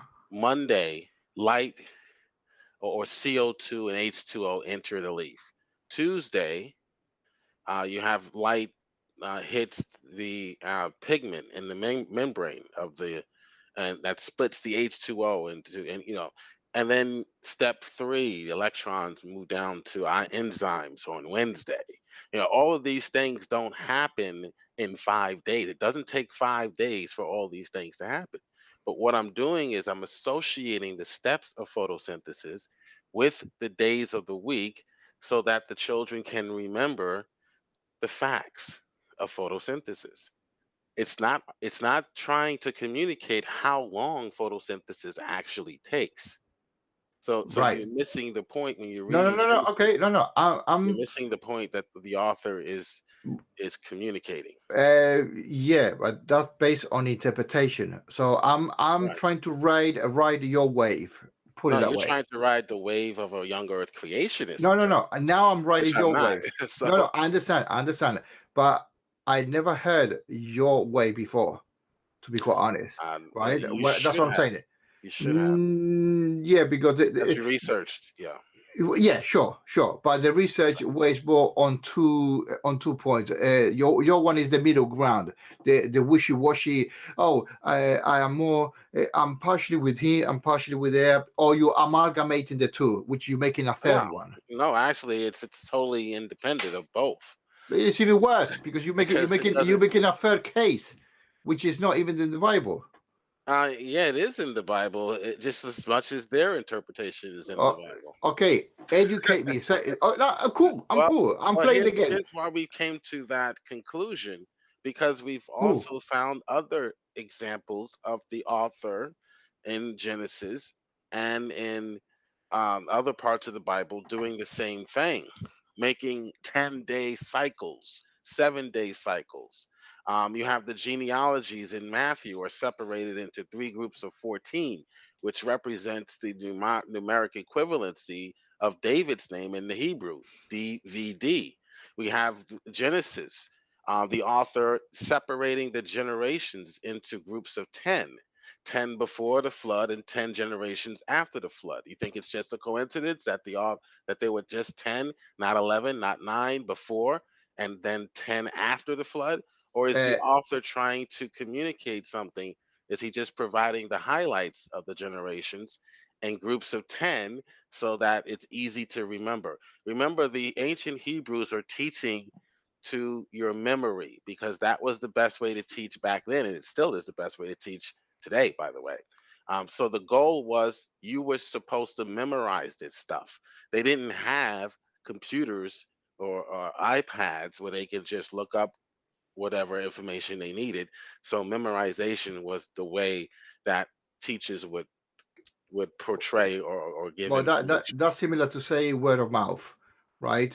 Memorize Yes, it, but that's to usually memorize it, to memorize it, you have to say it, right? right. Right? Yes, and it was They were illiterate. They basically could not read and write. Yeah, and the only means of communication was oral, right? yeah, So it was transmitted from generation to generation via oral way right. until some intellectual geezer down the road. You say, okay, let me write this. So this is what it's called, AKA Moses, right? But if he was the one writing it, right? I'm just throwing out there as a hypothetical. Couldn't he have made it up from Genesis account backwards to up to his present time? Is it possible? What do you mean? Could he have made Well, who wrote Genesis? Moses? Traditionally, that's Well, he wasn't alive at that time, was he? I mean, was alive. when God was busy making the earth on the planets and the stars, Moses wasn't alive, so he wasn't Right. there taking notes. If you get what I mean, Okay. right? Well, yeah, the text Right. doesn't say exactly how Moses got the information, but Indeed. but most there are different theories on how he could have got it. Some say that it was a combination of oral traditions, as you mentioned, that were passed down. So he wasn't the original author, basically, in a nutshell. Well, he wasn't there when the Indeed. event took place. Of course Right. not. Yeah, Of he's course just a not. historian writing history, which any historian today could do with a little bit of research. Can write a book on the Civil War, even though he wasn't present. Correct. So Yeah. we could say that probably he wrote hearsay accounts. Well, most historians write hearsay when they write about old events that happened prior to their Well, birth. not if the owner, the author writes his own stuff, right? Civil War account, he wasn't there. So Who? how can he write a Civil War account? How can an author today write a Civil War account?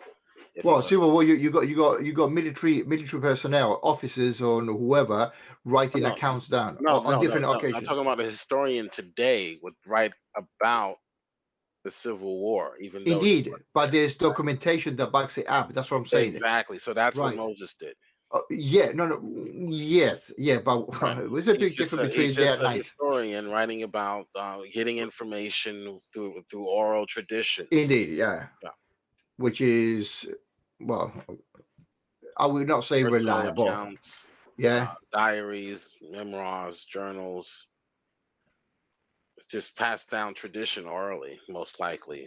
So would you say for the record what the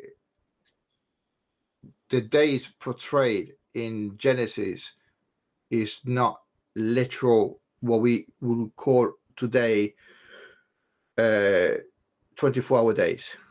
I'm not trying to go back, but I mean, it seems a little bit ambiguous that you are elasticating the time, if I can interpret that correctly. Yeah, because you should have it's quite clear that the author never intended to communicate what most people want the book to say, for nefarious reasons, obviously, and others just a model that they were taught in Sunday school. That's good for Sunday school. Well, yeah, but yeah. Once you I agree with you 100%. Yeah, that's good for children, and that's what it was intended to help people understand the facts. People who were not to understand studied in the area, literary. But when you get older, you get into the text a little bit more deeper, and you realize the literary masterpiece in Genesis that was created by Moses or someone. By a human. Literary masterpiece. No, don't push it. Don't push it like that. I mean, you take it down now. Literally. There. I'm literally. Literally. It is a literary masterpiece. Of course it is. Of course it is. Yes. Of course it is. Respect. Right. Oh, is it literally a masterpiece that a male rib can be extracted for to reproduce a female human being, right? Will that be, and correct me if I'm wrong, because I don't know, me know nothing, right? Could that be interpreted as a clone in a female version? I get my rib, I say, God, make something. Not because he would not, Adam would not know what a female is until he sees the shape or whatever, right? Yeah. So what would that be in relation to Adam? Well, are you asking I'm asking. Are you asking if the taking the rib out of Adam was a literal taking out of the rib? Oh, so it's not factual either. No, it's a literal. I'm asking you a question. You said that, is that your question? Is that literally? My question is, I'm going. Okay. I'll rephrase it. It is my understanding, right, that Yahweh or God, aka God or whatever, supernatural entity, took a piece of Adam, shall we call it that, right? And use that as a template to make a female. Mhm. Is that a sort of a correct way of identifying that the way allegedly Yeah. he done it? Yeah, I think that could be easily explained that God used Adam's rib to form Eve. Basically, that's what I said at the beginning. But yeah, okay, Scientifically, we can explain how that right. could be the case. Sorry. Scientifically, we can explain how that could have been the case. Fine, I Yeah. will entertain it. I will entertain that. What would make Eve be in relation to Adam? Eve is the woman because she was taken out of man. So the Well, role is out of Adam, not a man. It was right, only one man there, one man. right, But right. Adam is okay, a man. right, Yeah, right. woman So out yeah, of. but what I'm saying is taking it from here and making a human being, right?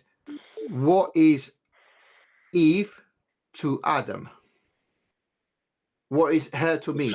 His helpmate. No, well, you okay. I'm talking biologically, right? Wouldn't this be a clone of Adam? It shares 100%, not 50, 100% the genetic marker of Adam. Am I correct or am I wrong? I'm not sure how God was able to splice the DNA of Adam to create Eve. It doesn't matter. It I would don't be think we 100. have that technology yet. No. Well, We may never. indeed. Well, okay, fine. Yeah, but what I'm saying is, well, we have cloned animals before, so the technology is there. But Period. not humans. Well, that's because it's ethically incorrect yet, because it can be Yeah, done. yeah. But it's not because it's not possible. Very Right? dangerous. You actually you're exacerbating my point. What I'm saying is, medically, if we grant the possibility that is possible, feasible, especially in day one or day six, yeah, especially in day 6, because the old man was tired. He made the female for companion purpose or whatever purposes, right, out of his rib. That in theory makes her him, i.e. a clone, himself with 100% genetic code of Adam, right? Mhm. So it's not even a brother, it's him in female version, right? Adding insult to injury, he Why was would that be? odd Why would that be injury there? Why would if you're adding because insult, you'd have to show that there was injury to begin with it's to called add insult to it. yeah, no, I can say I was about to finish. My apologies for that. Because I was sugarcoating it. It's called Cain and Abel. That's a cherry on the thing. So basically, let's talk about me so I don't insult anybody else, right? This is the case, and please correct me if I'm not going right. I'm getting my rib. I'm making a female. I'm screwing that female, which is I'm screwing myself, right? Having a baby with zero genetic modification, i.e., not 50-50. It's not 50 of the Y and 50 of X, right? It's 100%. So you're reproducing yourself genetically. The kid might be different, Well, we right? don't know. We don't know. There's no one-to-one correspondence between Adam's DNA and the DNA of a man today. So perhaps Adam was loaded, or his DNA was loaded with enough um, enough variation to which God could splice his DNA and create his counterpart, Eve.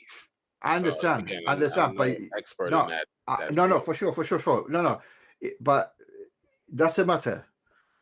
It does matter because No, if the listen, DNA of I got Adam is no, different no. from our It's DNA, not. No. there's no I understand. one-to-one Now, correspondence. now you're reading. You're trying to do what you're doing with the 6 days of creation, where you're trying to elongate the problem. No, Even the reading board. into you're reading into the story that Adam's DNA is the same as yours.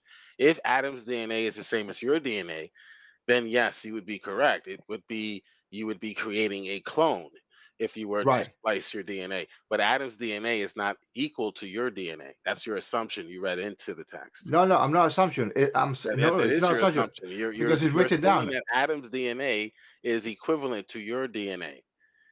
That's an assumption right off the bat. Before you even start the text, you're saying that that is the case in order to come to that conclusion. So you're telling me doesn't that have to be the that case. okay? So based on our current understanding, you are saying that that's not the case to fit to the narrative that he had more baggage because God preempted that he all of a sudden when he blew in this amount of mud for dirt, like Kane Hovind likes to say it, right? That we didn't come from a dirt, but Adam did, right? That piece of clay, mud, whatever, became a fully fleshed human. That he packed extra DNA information, so when he slice it or put it into the rib, the female version that is not okay. Even if that happened, I even gonna go play that game, right? Right? You still do not have enough genetic information to create population with one single pair, right? You have to you have to argue that both of them had extra more genetic code, so you can splice that. But even if you entertain that, also we're talking about um, incest, right? And there's only been two recorded people that is Cain and Abel. Even if we entertain what you just said about extra DNA information, right? You still have to deal with two males, right? And the consequences of that is that Eve was a pretty busy woman between Adam, Cain, and Abel, if you get what I'm saying, right? And I'm being a little bit silly here, right? But you need more female material, right? And at the end of the Well, day, it would be if you're assuming billions and billions of years, all men can or every man alive can trace his origins to a man who lived about 135,000 years ago. That's no, what the new no, no, research. no, no, no. You're confusing one person with population. Big Okay. difference. Population, right, was 100,000 years ago, right? It's a big, huge difference. We're talking about masses of people, right? Not just one pair, and that's the problem that the Bible has is because when you talk about two people, right? There's genetic implications. Simple as that, right? Never mind ethical implications that screwing yourself or screwing your companion and then asking your kids to screw or to have relations with your parents to have further siblings down the road, and that becomes a little bit too fucking complicated Yeah. If ethically. again, if you're assuming that their DNA is similar to ours today, that's an Yeah, but assumption. you adding to the pot. Do you I'm not understand? adding anything. We're both adding. There's no scientific No. rendering of We DNA no no slicing in the Bible or correct. coding. Yeah, So you have we're to add both it. adding to the text. We're just adding No, different things. no, we added to our current knowledge, correct? We know how DNA works. We Right, know but there are presuppositions that have to be made in order to come to these conclusions. That's what you're not admitting. You no have no to no no no no. presuppose that Yes, Adam's DNA and the DNA of the earliest humans was the same as ours today, as far as what it was able to do as far as reproduction. The imperfections accumulated gradually over time, genetic imperfections. So we would say that there's no prohibition against incest in the nah. earlier stages of human civilization. There's no The- prohibition. it's not human civilization. It's a pair. It's not human civilization. We're talking about a tree, Right. or a pyramid tree, right? We're talking about insects. However you sugarcoat it, right? All what I've seen so far, and extremely with due respect, is adding to mitigate the problem of different issues according to our current understanding, right? We are more savvy than Moses were, right? And we're talking about Moses because that's the geezer that probably wrote all of that BS, in my personal opinion, right? I'm respecting you, but not Moses, okay? Because he or whoever wrote it had wicked imagination, right? And stupidity amounts of ignorance in all fields, biology, whatever, right? And it was written down at that time with that current understanding. And for them, it was good enough.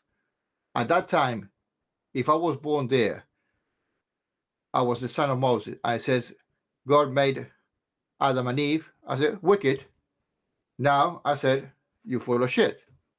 Pardon my expression, right? Because that cannot happen in our current times.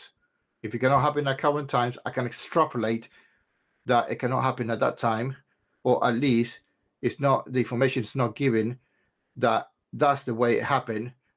Therefore, my opponent, in this case will be you. You're trying to make up the rest of the stuff by saying it's got more components. It's not written that we got more components. Could it have more components? For sure, but we don't have it. The only Right. information It's also not written that the days are a 24-hour literal day. You read that into the text. So no, I don't read it mean, because I don't read into it because it says you 24. have to read into it. How do you Well, know what they were communicating by day is what you would communicate by day to day? That's an assumption. so That's the what you're Hebrew, not getting. You're both are bringing their presuppositions to text. I'm trying to read the text for what the author actually intended to communicate, not what I wanted to say today in the 21st century. well, that's your interpretation, because it's people's interpretation what you're doing at the end of the day, right? Because if I don't understand, if I cannot understand that one day is 24 hours, then is something wrong with me. Unless you understand it in a different way, that 24 hours, it does not mean 24 hours in our current understanding. Right. It took all day to work on his car. He took all day working on his car. That's an idiom to figure out. Yes, it is an idiom, but if you say one single day, I just did. It took one single day to work on his car. It took all day. right? But let's put the maximum of one single day, which is 24 hours. It cannot be 47 or freaking 2 years, On the right? first day of Christmas, my true love said to me. It's still one day. It's still one day. It's still Okay, 2 days. so the point is that the author is trying to help you remember the what happens during Christmas time. All right, he's not saying that each of these things had to happen in 24 hours, and then the next day, 24 hours is when he gets the partridge and the pear tree, and that's not the point. The point is, the Yes, author is trying to help you remember the facts that right. God created I everything. understand So that. I that's a trust. natural reading of the text. If you No, want to trust read me. into it, 24-hour days or day age, billion years in between the days, What's an, that's fine, but that's not the author's intention. right? I understand Same thing your with Adam and Eve. There are assumptions that both people, you're bringing millions of years. They we don't suggest that that has to be the case. right, but what is our interpretation, or our concept of what of one day in our right now? If I said to you, me, Several. There's huh? several concepts. I just gave you one. Several concepts of a day. We use the word day to represent several things, not just 24-hour days or a cycle.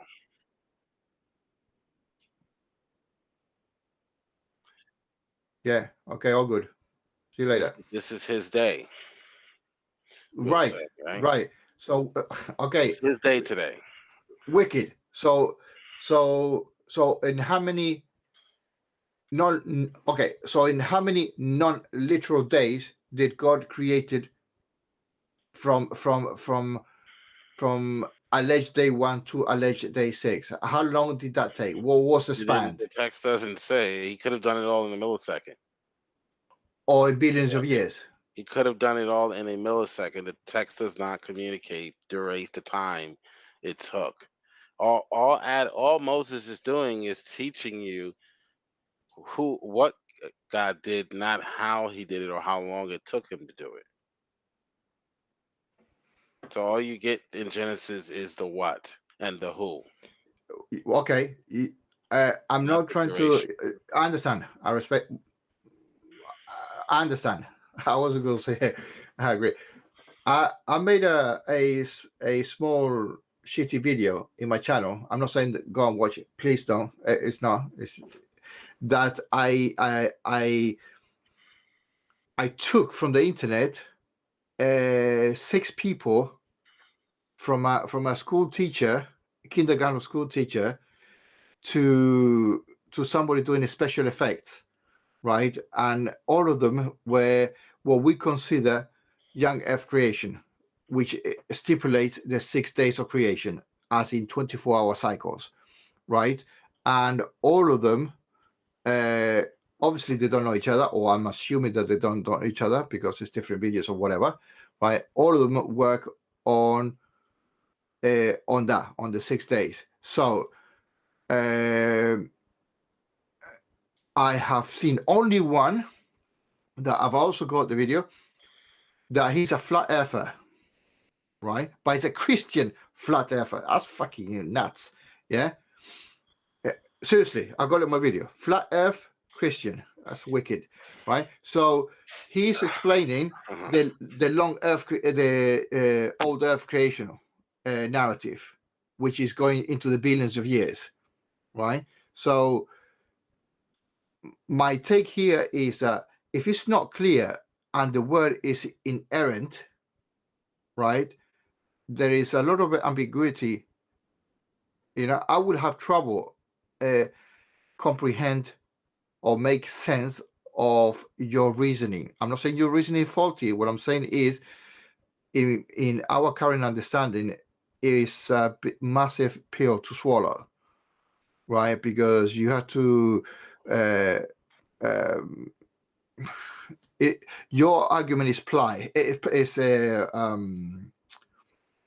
is very malleable, shall we say, right? You can add, you are very good. You could be a good Christian that it could evolve with time. Put it that way. I mean in a respectful way, right? You could ride the wave of time, right? Because you are fitting with our current understanding by expanding the things and be able to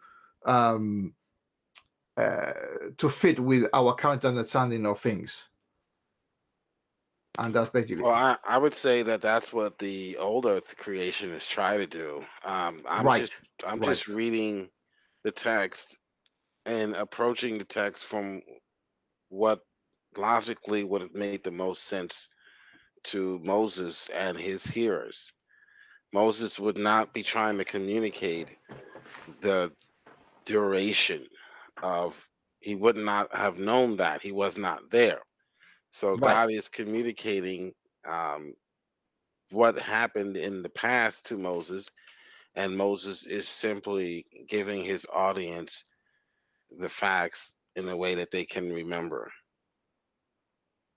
Again, back to my example with photosynthesis associated with a 7-day work week, which I can do. That doesn't communicate that photosynthesis takes 7 days to occur.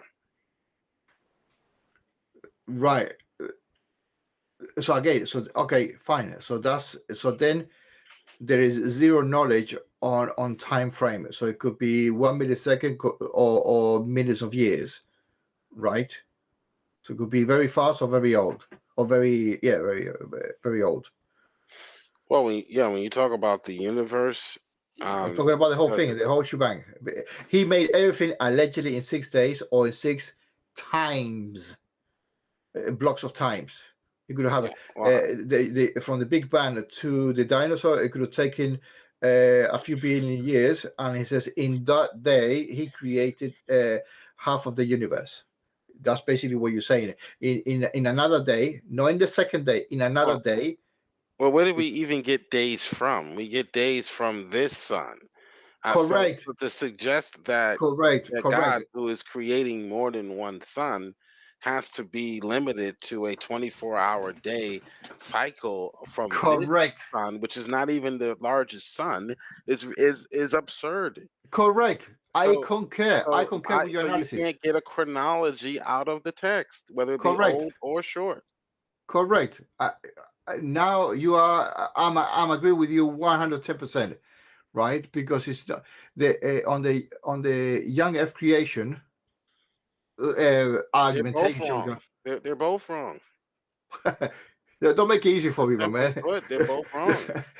Don't make it easy. If a God is creating everything, that includes all suns, why are we fixated on our sun in our small solar system as to regulate the time for all of the universe? That is absurd on its face. Fine.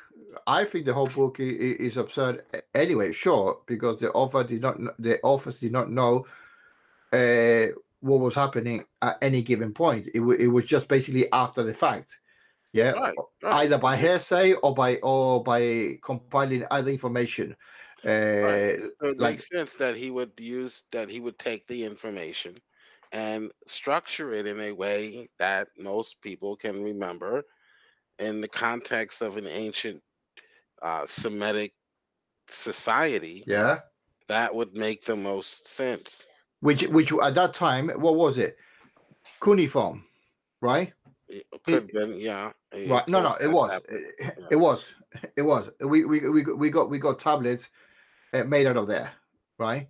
So that's how they had oral tradition or oral transmission, not oral tradition, oral transmission, and stone, shall we call it, engraving, right?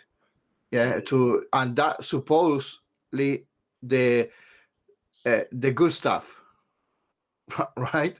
Yeah, because you can say anything oral, but when you write it down, that stays like that, and it's no way of misinterpret what is being recorded on solid tablet. Yeah. So right, moving slightly onwards, what would you that now I'm intrigued what you're going to say. What would you say about the so-called, because that it ties to that, what you call about the so-called flood? Would you call it a local flood or worldwide flood? Well, believe it or not, the text does not communicate. Of course not. The extent of the flood. Indeed.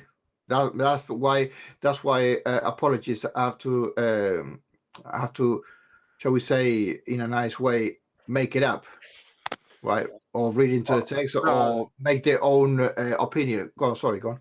Yeah. They the flood could have been several catastrophic events that occurred successively. That could be the case. There are different ways of explaining how this could have happened. We'll never have an event like it again, according to scripture. So, there's I heard from a friend of ours called Double D, right? And I criticized him on a video that it could have been localized. It could have been, you know who the chap I'm talking about, yeah? Yeah. Darth. Okay. Darth? Indeed. Yeah, Darth is one of the best apologists on YouTube. Yeah. Of course it is. Also in that case. Hated by all atheists. hated by many. Yeah, by the people who've been insulted. But yeah, for sure. What? It is what it is. So this, I'm holding myself. This gentleman, right? Fucking gentleman. And I heard it. I heard it because I commented on the video that he said, right, that it could have been his version or one of the versions, because he was trying to fit to the narrative, or he was trying to fit the wave, right, that it was to the height until there was no more humans above the mountain. That's fucking bollocks. For example, let's say it was nobody in the peaks or nobody halfway down the mountain. So God only flooded what was necessary to drown the people. So there was no need for a bigger flood. So it could be local. It could be the flood is fit only to drown people that they were as high as whatever height. Yeah, I mean there are certainly That was his argument. several possibilities. Yeah, Indeed, many different local floods in populated areas, and yeah, so God doesn't need to flood the entire ball or globe in order to kill every human. But what if somebody was at Mount Everest? Just humor me with that one, yeah. 8,860 odd and some change meters, right? Let's say some geezer was there in his tent and his whatever, right? Do you understand that either you shape, and this is another argument that this silly bollocks did, right? And I explain, I should put it here, right? One of his argument is that that it was covered like an ice cream, right? Not the whole the whole mountain like so, but rather it was a contour of the shape of that land, right? So you save space. Yeah, you can imagine going on top of buildings or rocks or whatever. Yeah, and just cover it. So there's viscosity on the water. Yeah, and his point was to negate volume, to reduce volume, right? He needed to reach that level of ignorance to justify the narrative. Well, I don't think you have to do something or explain something that the text never was designed to communicate. But often Christians try to do that.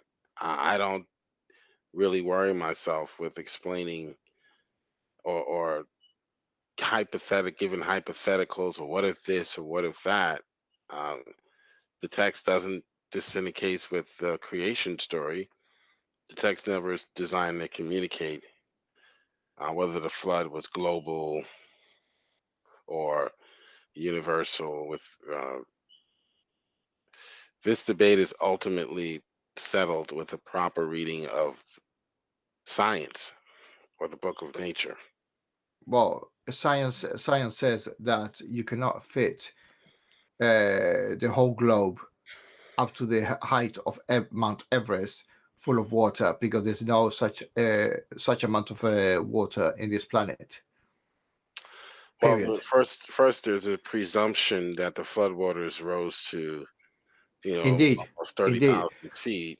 Indeed. So It's misguided at best, but Indeed. No, I respect that because it's physically possible. So the next part of the narrative is to shape it of some sort or lower it to fit the narrative of there were not human above X, which is what DD said, or the other version is to contour it, right?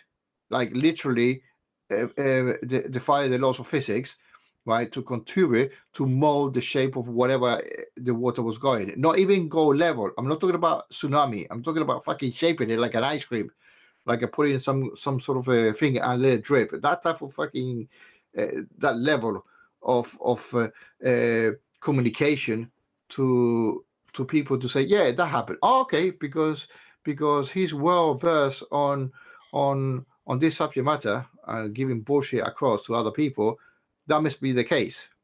I'm not talking. I'm talking about DD, yeah. But well, anyway, see, when you're looking at the world today, we don't suggest that. I don't think either would suggest on both sides of the argument that Mount Everest is the same height as it was during the flood. oh, that's another excuse to mitigate height. Well, you know what I mean. So now we're trying to polish the argument. Well, given the science of plate tectonics, I would say so. Yeah.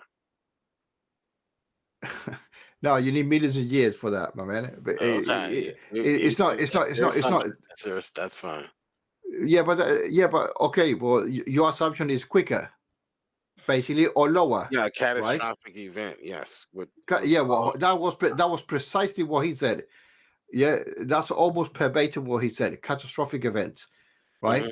Yeah, So, that's the reality that we get from not just the biblical text, but other cultures talk about a major deluge, a major well, flood. tell me what a seismic catastrophic event happened recently that shaped continents like really quickly. There's never been anything like it, and there never will be anything Indeed, like it. correctly. So only that event happened quickly, happened undulated, happened lower, happened everything to fit the narrative.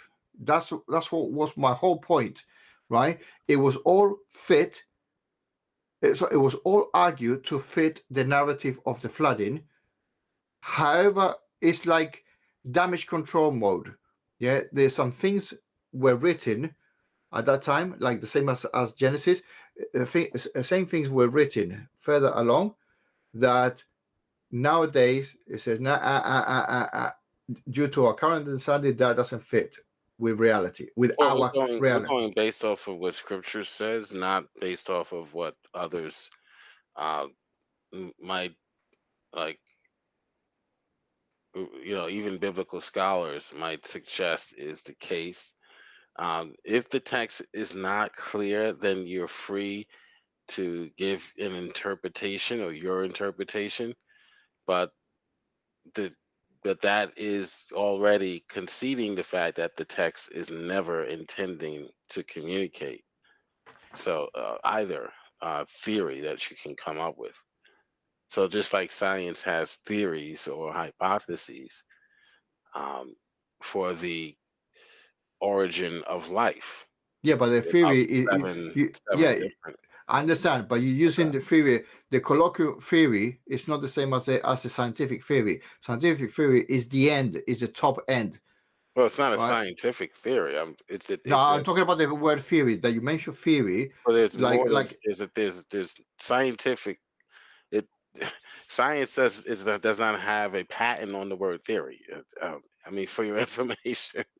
No, but for your information, scientific people use the word theory. And right, science is not the only word ones that use the word theory. I understand, and Christians use the theory as a wishy-washy thing, right?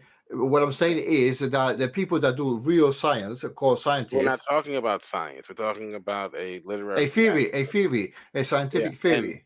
No, we're talking about a literary text and how people have different theories as to what that literary text is communicating. I'm not talking about science. Okay, I understand. So so different people, normal people, illiterate people, they can theorize until the cows come home, right? It's not treated the same in the scientific world, right? That's what I'm saying, right? So any scientific, any theory that has been developed, it would be the top. It is what is actually currently known. Well, it's not. Right? What I'm saying is that either theories they're not derived from the text.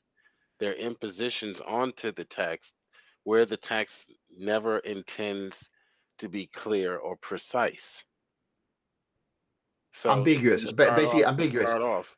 Yeah, just like your origin of life theories. They're not based on any hard or empirical science. They're based off induction or guess. They're right, they're just right, guesses. That's all right. they are. I'm cool with guessing, but the problem is that Christian make the guessing as factual. I'm respecting the guess part. Put it that Well, the way. fact that there was a major deluge, that's a fact. As to the extent, that's something that we can theorize based on what would be reasonable considering the book of nature. God didn't just write one book, He wrote two books, the book of nature, which we determine or discover or uncover, I would say, through scientific method, through science. So okay, so who wrote that book? If you call it book, who wrote it? God wrote the book of No, no, nature. no, no. Book. You're talking about physical entity, the book. Otherwise, you say the idea of creation. No, it's not. So it's not a book. If you say it's a book, it's a book. It's a written Well, when thing. I say book of nature, I I mean, understand what you meant. yeah. No, I was. My apologies. I was being sarcastic, right? And that's my specialty. Yeah, and I say I reiterate apology. But what you use the metaphor. The book is a metaphor. Mm, So it's not real. It's not a real book. It's just an right. understanding to explain to the layman or lay person, right? The whole nature. You say, oh, imagine if it's a book. Well, page 1 is XYZ, and page whatever is XYZ as well, a different thing, whatever, right? And you call that a book. Yeah, but that works for the people that you're trying to communicate to. So okay, I would say in a weird way, that works good on gullible people. I'm saying this is a little bit respectful, right? Because if you say that to me, oh, the book of nature, I go, yeah, right. Show me the book, and you can't. But if you're gonna say, oh, is what God Empirical made, science. You can say empirical science. yeah, but that's our realm, right? It's our realm. That's what we use in the real world, right? Right. To try to make sense of how things work, right? And then you got the right to refute me by using your own experimentations or whatever in the same you using the same tools, but you're using tools of the mind, shall we call it, not spiritual or whatever. You're just fucking making it up as it goes to fit the narrative, right? Yeah, or to make it look good, right? To, and you communicate that verbally. I said, yeah, okay, this happened, I'm fine. The recipient of that information, if it has not have that understanding, he will just respect your authority or your leader of the tribe, you are the elder or whatever, right? Yeah, you're the main man there. He or she will take it for granted that what you say is what it is, because according to, in other words, whoever the authors of the Bible said, you are saying it that it was right because you are saying it, and they have to believe it. Oh, Sydney, my apologies, I'm talking too fucking much. Sydney, you may talk, Sydney. Yes, he's fucking. Sydney, you old sod. I've had my hand up for a while. So, yeah, my apologies. I'm so rude. Sorry. No. I'm just practicing and showing everybody how it works. So if you Oh want, yeah, yeah, it works. Instead of interrupting like his usual, you just put your hand up.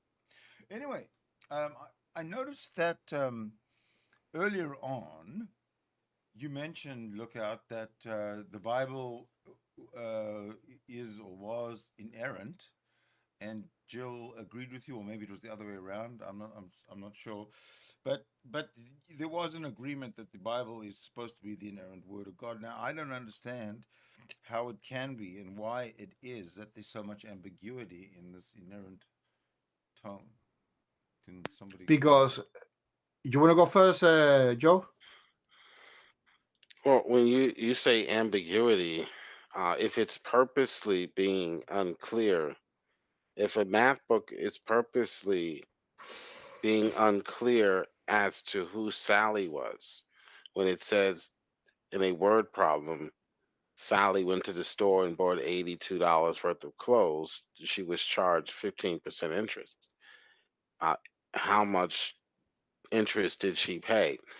If it's unclear as to who Sally is and where she comes from, who her family members are, if there's ambiguity there, we don't blame the author of the text because the author was never intending to communicate those details. So oftentimes we approach the text looking for the text to tell us certain things, and then when it doesn't, we say it's ambiguous or Right. it's not Now, clear. exactly. Well, it never intended to tell you That's what Mary's impossible family because is we were talking about it, and especially when or you who. guys were talking about the days, the 6 days of creation. I mean, that, You know. no, Well, it's not intended to tell you something. you You are can't go to the arguing about text. how Well, ambiguous take it my is. example. Can you blame the math book for being ambiguous about the Mary and Who her wrote family? down the very first time that God created the world in 6 days? He was the very first person to write it down. It, I would Well, like that person to be credited with the work. no, I right. just spoken to Joe, and he has established, or he sorry, I rephrase that. He has mentioned that it is known to be Moses, the first writer, right? But he also agreed that he could not have been there on the first days of creation, or the interpretation of the first days, or the first a day, or the sum of the days, whatever time it called. So we agree that in that particular scenario, it has to be transmitted orally, right? So therefore, Yeah. the, But at some point, that's what I'm saying. somebody wrote it down. No, what I'm saying, I just said that. He said that Moses was the one who wrote Genesis. No, He said that. that's Right. tradition. That's Right. just tradition. That's not true. It's not No, accepted no, no, no. fact. Sydney, I'm with you with that. What I'm going is what he said. He's acknowledging the first author, because the fucking millions of copy, the first author of Genesis, which he's saying adamantly that it was Moses, Moses, yeah. which is almost But impossible. But well, fine. that doesn't fit No, with the life of Moses. How would Moses was brought up in in the reeds of Egypt? How would he know yes. anything? Oh, he's just dumb because he lived in Egypt. He doesn't know anything. No. What? But he certainly wouldn't know about the creation. Why? Why not? If he had stories passed down to him, why wouldn't he know Oh, about so it? they were passed down to you. Okay, so there was a source That's what I Yeah, said to material. you. That's what I said to you. It's historians hearsay. The whole Ah, historians thing have was hearsay. stories passed down to them today, and we read about yeah, but they started history. somewhere. They started somewhere. Right, they started from the actual event.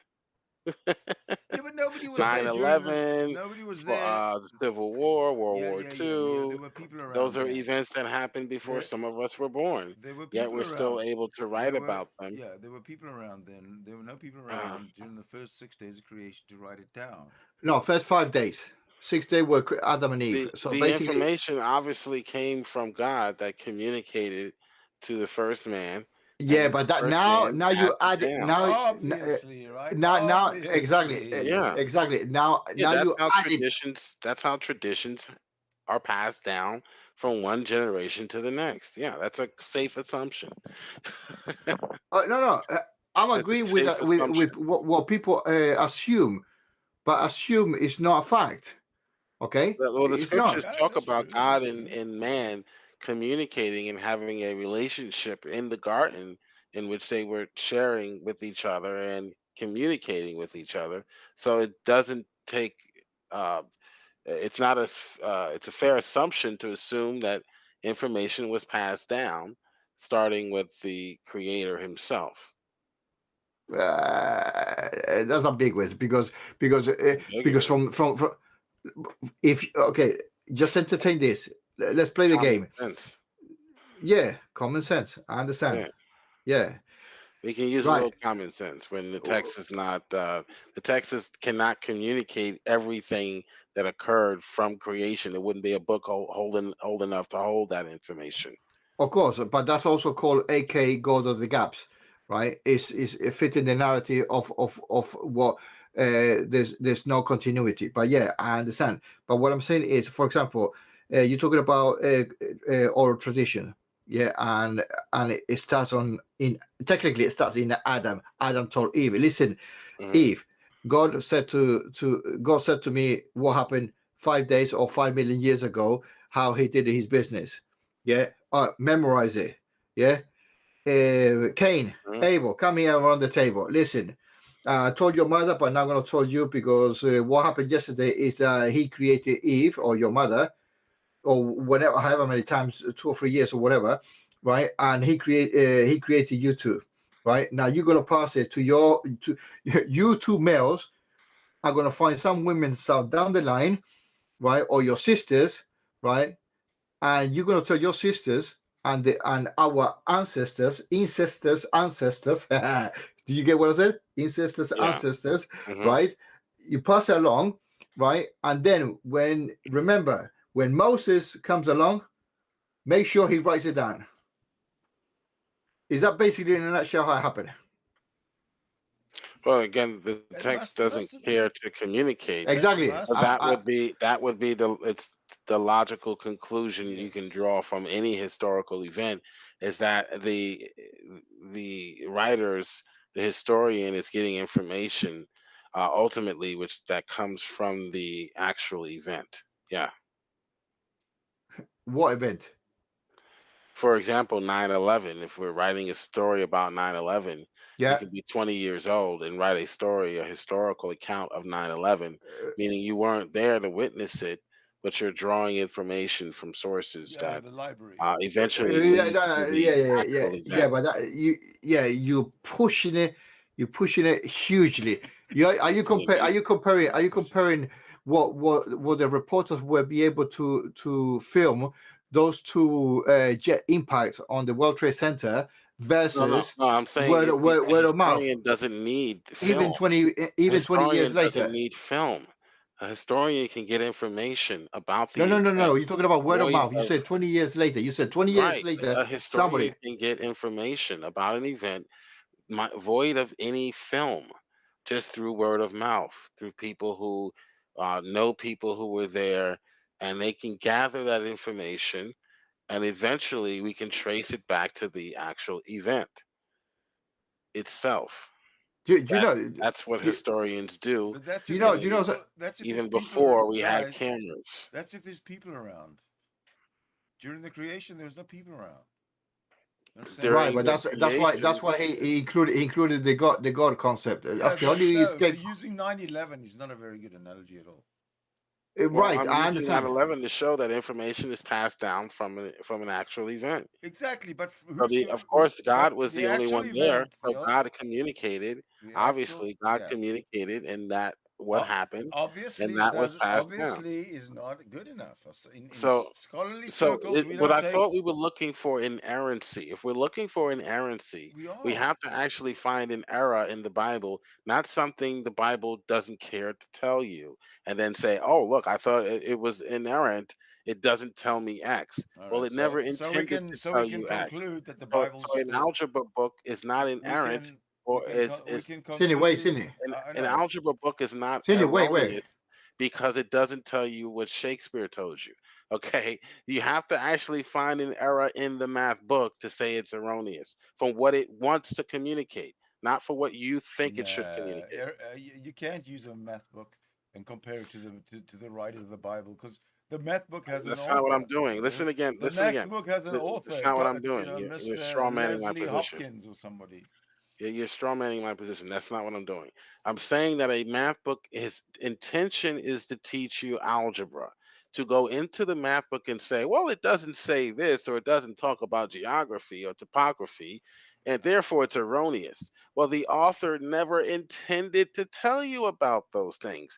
Try attacking the Bible for what it actually communicates and try to find out what it gets wrong with what it actually It's communicates a rather manual. than going into the text and saying what it doesn't It's a communicate. manual for living a Therefore, it's life. wrong. It's a manual for living your life, right? The Bible makes several claims historically that you can easily go in and Okay, fair enough. discover to be wrong, rather than trying to find things that it never intended to communicate. And Is it a therefore, manual for living your life? is it a manual? Yeah, God commands human beings To follow the to do commandments, to right? do certain things. Yeah, and Well, we that's can dangerous. demonstrate. Don't you think that's We, dangerous to brainwash we can people with a book like that? well, we can demonstrate through the social sciences that what God prescribes for human beings is optimal. I'll debate anyone on that, and Well, I will first come you out have to prove that victorious. God exists before they're going to debate you No, on I don't, anything. Yes, you because they do. can just be a bunch of rules that a society greater than your society created that has moral superiority to your morals. Can you imagine? Can you Superiority. imagine? Can you imagine that this universe was created with? Just imagine hypothetically that there's no creator to this universe. Okay, it's a natural phenomenon. It is, yeah. Okay, just imagine that. Now, If that were the case, our morals would be superior to yours. The Old Testament and New Testament morality would be superior to yours, even if God didn't exist. so I can you weren't demonstrate gonna that. let me finish my point no matter what. Hey? You're gonna Oh, stick some okay. Go script. ahead. I'm You were sorry. gonna stick some scripture in there no matter what's gonna. You can't stop the preacher, man.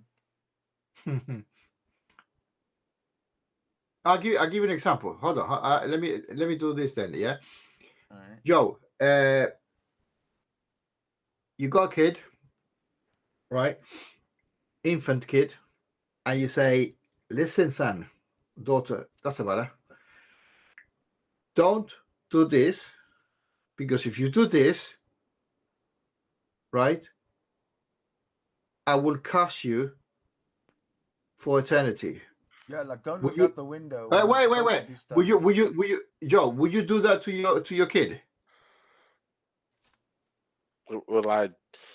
Will Okay, I? the hypothetical is that you give an ultimatum, which is mega ultimatum, right? And I am under the assumption, and I admit that, yeah, because I'm putting an example that the subject, in this case your kid, has got zero information about acquisition of knowledge, right? It basically an ignorant person, not in an insultative way. It's just a lack of knowledge, a lack of information, lack of whatever, right? And you give a stringent ultimatum or an ultimatum, an instruction. Say, don't do this, don't lift this ball, right? For whatever reason, don't lift this ball. And then somebody else comes along and says, don't worry about this idiot, just lift it, right? And then you go, and then that your son, daughter, and excuse the directness, but just gone to a point, yeah. That kid lifts it, right? And then you come along and you find out it was lifted, right? Right? It was lifted, and then you say, okay, kid, you, Joe Jr., you're screwed, right? From now on, you're not gonna receive my inheritance. You had a cozy. I told you not to touch it, but you're gonna have you had a cozy life, right? And now you're not gonna have it. You're gonna have the opposite of cozy, whatever that fucking means, right? Because you disobey the order, Yeah, yeah. right? Go on. It's if you make it sound like it's capricious. If you want to take the moral prescriptions in the Bible and test them in light of reality today, you'll see that the laws that God gives, whether it be the dietary laws, whether it be laws dealing with how you relate to one another, men shouldn't sleep with men, etc. Those bear out in the social sciences and biology, anatomy. They bear out in the sciences.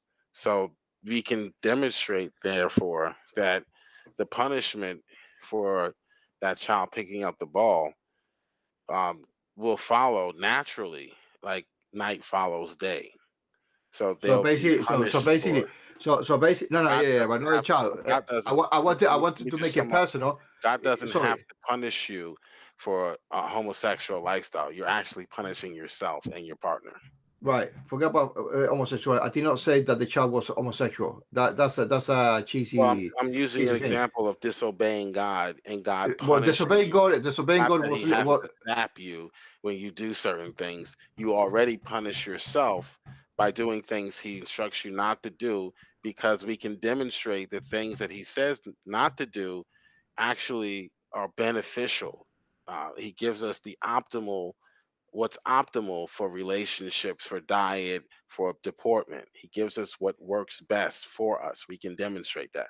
Right. Well, surprise, surprise. Scientifically. Yeah, but surprise, surprise. Sexuality, right?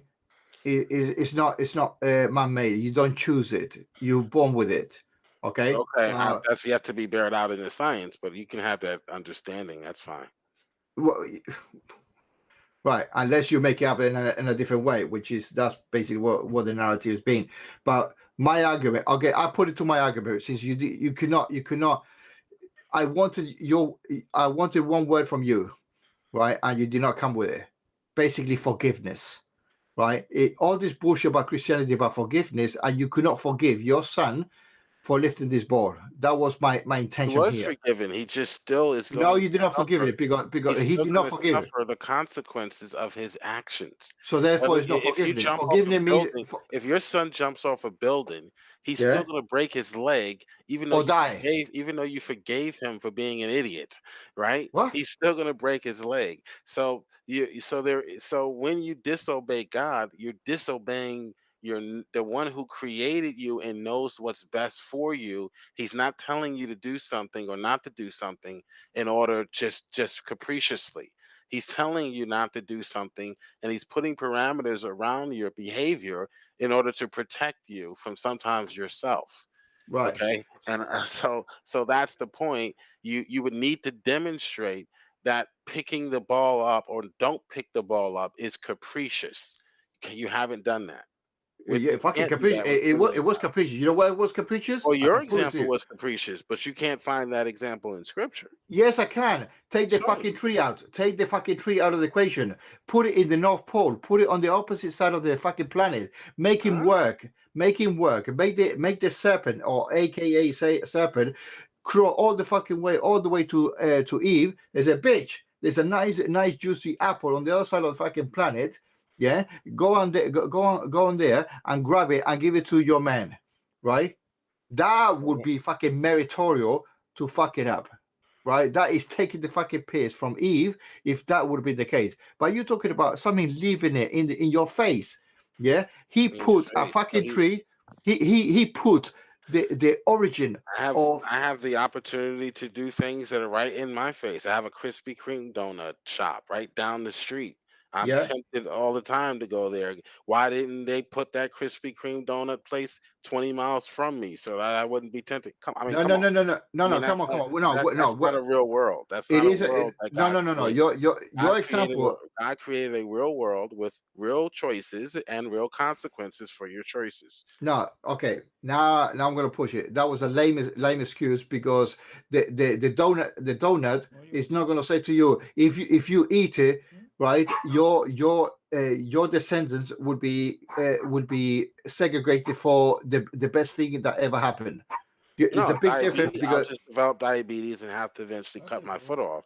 So, correct. so But for yourself, no, correct, for there's yourself. consequences for every action is a reaction. Indeed, but only Okay. the reaction for that event is only. It doesn't it hasn't got any it should not have any repercussion to your descendants, right? No, it will have repercussions to my Why? descendants. Because if I have one leg now, I'm collecting disability. I'm not able to feed my family the way I was when I was able to work. So yeah, consequences Yeah, have but they're only going to work a actions little. have They're only going to be consequences working not a for little the bit person, harder. but also for people around the person. Or get or get rid of it. Get rid of it. Whoever put the donut for you to have the diabetes, you could actually not put it there, Okay. You right? can argue, you can play Monday morning creator God Well, shouldn't have put the trust tree me, there. I would done a better Okay, job. but Me, God my has kind of his situation. own. God has his own purposes that you don't Nah, have. You don't have access to or neither content. do you. It's I making never it said up. I did. You're the one I that's judging that you're putting the tree there as if you know why God put the tree there. Every no, reason I'm why. saying the opposite. No, I'm saying the opposite. Not putting it there would Not not putting cause a it there problem. could have dire consequences as well that No, you don't have information no, on. no, no, no. That's How do adding. you You know that? adding How do because you you are know not putting the tree there would not be even more devastating? because there would be there would be in Eden. Are you You kidding don't me? know that. That's like putting. That's like saying You don't know what would have happened had not sure. God done Okay, what He's okay. done. No, That's I give you an analogy. I give you an total analogy. fallacy. Fine, I give you an analogy. I put Sydney and Sydney's wife, right, in a fucking island, yeah, with zero harm, yeah, everything fucking cozy, and all of a sudden I put a fucking crocodile there, yeah, the tree basically. That's the comparison, right? And I say, don't go near. I said, Eve, bitch, don't go near the fucking crocodile, right? She's not even gonna die. The descendant's gonna die. Where's the fucking logic of that? Even if the descendant's gonna die, why put the fucking crocodile in the first place? Why put the tree in the first place? Do you think not putting the crocodile would make more harm or different harm? Is that your narrative? My narrative is that you're assuming the consequent. You don't know. You don't have information on what would have happened had God not put the tree there, and would that have been a benefit for us But in the long no, run? but All you you're doing is you're second guessing God after the fact. Well, you don't have all contingencies. You don't know what would have happened had this not happened. correct, That- So no, no, that's correct, the ripple effect that you don't have any information. correct. God I'm knows agree. what the ripple effect is. Uh, A billion ripples in the future. You only can see the two or yes, three I am ripples. agreed. I am agreed. Listen, Okay. listen. I'm agreeing what you just said, right? 100%. I'm with you with that, right? We identify wrong. We not identify possible wrongness, right? You know what I mean? If you say a nail is sticking up, you're not going to say, oh, fucking hell, don't take it up because you don't know how many other things. That's what you just said. Other things might occur. Really? Take the fucking nail off the road because otherwise somebody's going to fucking step on it, right? Your analogy, it says, no, leave it there. And if somebody get hurt, fuck him because you don't know what's going to happen down the road. Really? Right, right. Really? So yeah, Take the the fucking nail. nail off. Well, you can take the nail off, or you As I can leave said, it, or you can not even notice the nail is there. So what's going to yeah, but how happen? do you, What's going to happen correct, with the nail is still going to happen. correct, But correct, correct, correct. I'm God agreeing. knows all of those contingencies. We don't. Yes, That's the point. yes, correct. But I'm arguing why put the nail, and you didn't address Well, why have why your put the son? nail Why put your son on in in harm's way. harm's way? Correct. Well, we Why? know why. To save humanity. No, Okay, you that's just why made he that did it. up. You just made that up. No, that's what the text says. So Oh, that's what the text we said. What don't somebody know wrote. all of the contingencies that are involved in every action. Only God knows that. So it's very No, difficult to the judge. man made God that you're assuming that exists. That you think that's it's like saying, oh, how Superman might think of doing things. You know what I mean? You assuming that entity exists in the first place, and then you put in baggage on top of baggage on top of baggage. They got a fucking luggage is going to be the size of my house. You know what I mean? You're Well, adding to the text. You're again, adding to the argument. because you're trying to put an eternal, transcendent being in I'm not a putting box nothing. of time, space, and or in a finite position in your time space continuum. That's a category error. God is not making decisions based off of past information.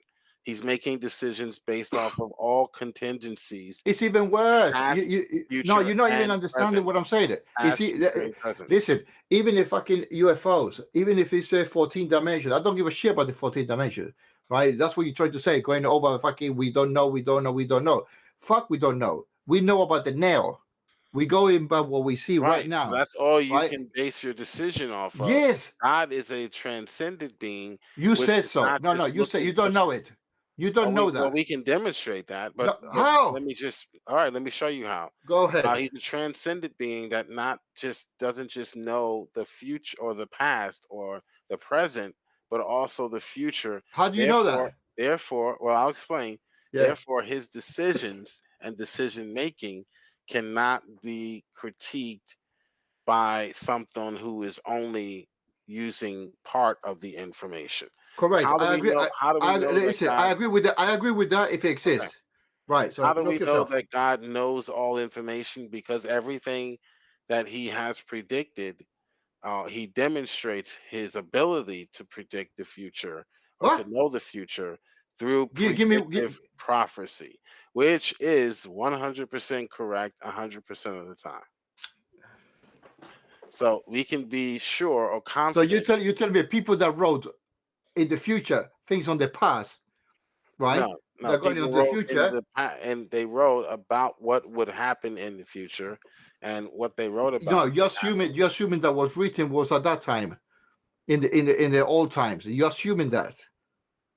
We can demonstrate that these texts were written before the events happened that were predicted. No, because you haven't got the original. Wrong. Absolutely We fucking don't wrong. need the original. Why would we need the Oh, original? you don't need the original. Well, you're gonna rely on word of mouth. That's how We don't have happened. the original for any ancient text, any ancient Fine, historical text. fine. But you're assuming a Not a supernatural entity knows about the future because you don't have the writings to prove that in the first place. So it is absolute hearsay, which We is know not that even. the writings we do have were written before the events chronicled or predicted in the text, so we don't necessarily need Well, original for that. the ones written in Greek. Well, yeah, Old Testament, and yeah, the New Testament also. Yeah, Greek. The New Testament predicts the destruction of Jerusalem, for example, which occurred in 70 AD. Right, but based on what? Give me. Tell me which is the original copy on the New Testament. Where can I find the original one? There are no original copies of any ancient historical or ancient manuscript. So the old. So including I Livy, understand. I know. Caesar. I know. I was intentional what I was saying. So that means you're relying on older text or older copies, right? Yeah, we we agree on rely that? on the right. Textual critics rely on the surviving manuscript copy. Right. Which is older. The copies by definition is older than the original. No, Say the original what? would be older than the copies. Yes, exactly. So No. the newer copies are younger than the original copies, right? Of course. Right. But the newer copies are writing. The newer copies are saying something about old stuff. So the newer copy could easily antecede the event. Well, if that were the case, you would need to demonstrate if you're trying to suggest legendary corruption, then you should be able to show us texts that have it written the right way, and then show us other texts that have it written add the interpolation onto the text that. So you should be able to compare and contrast. You cannot compare when you don't have the original in the first that. place. Of the 6,000 or so copies of the New Testament, there hasn't ever been a discovery of any legendary corruption.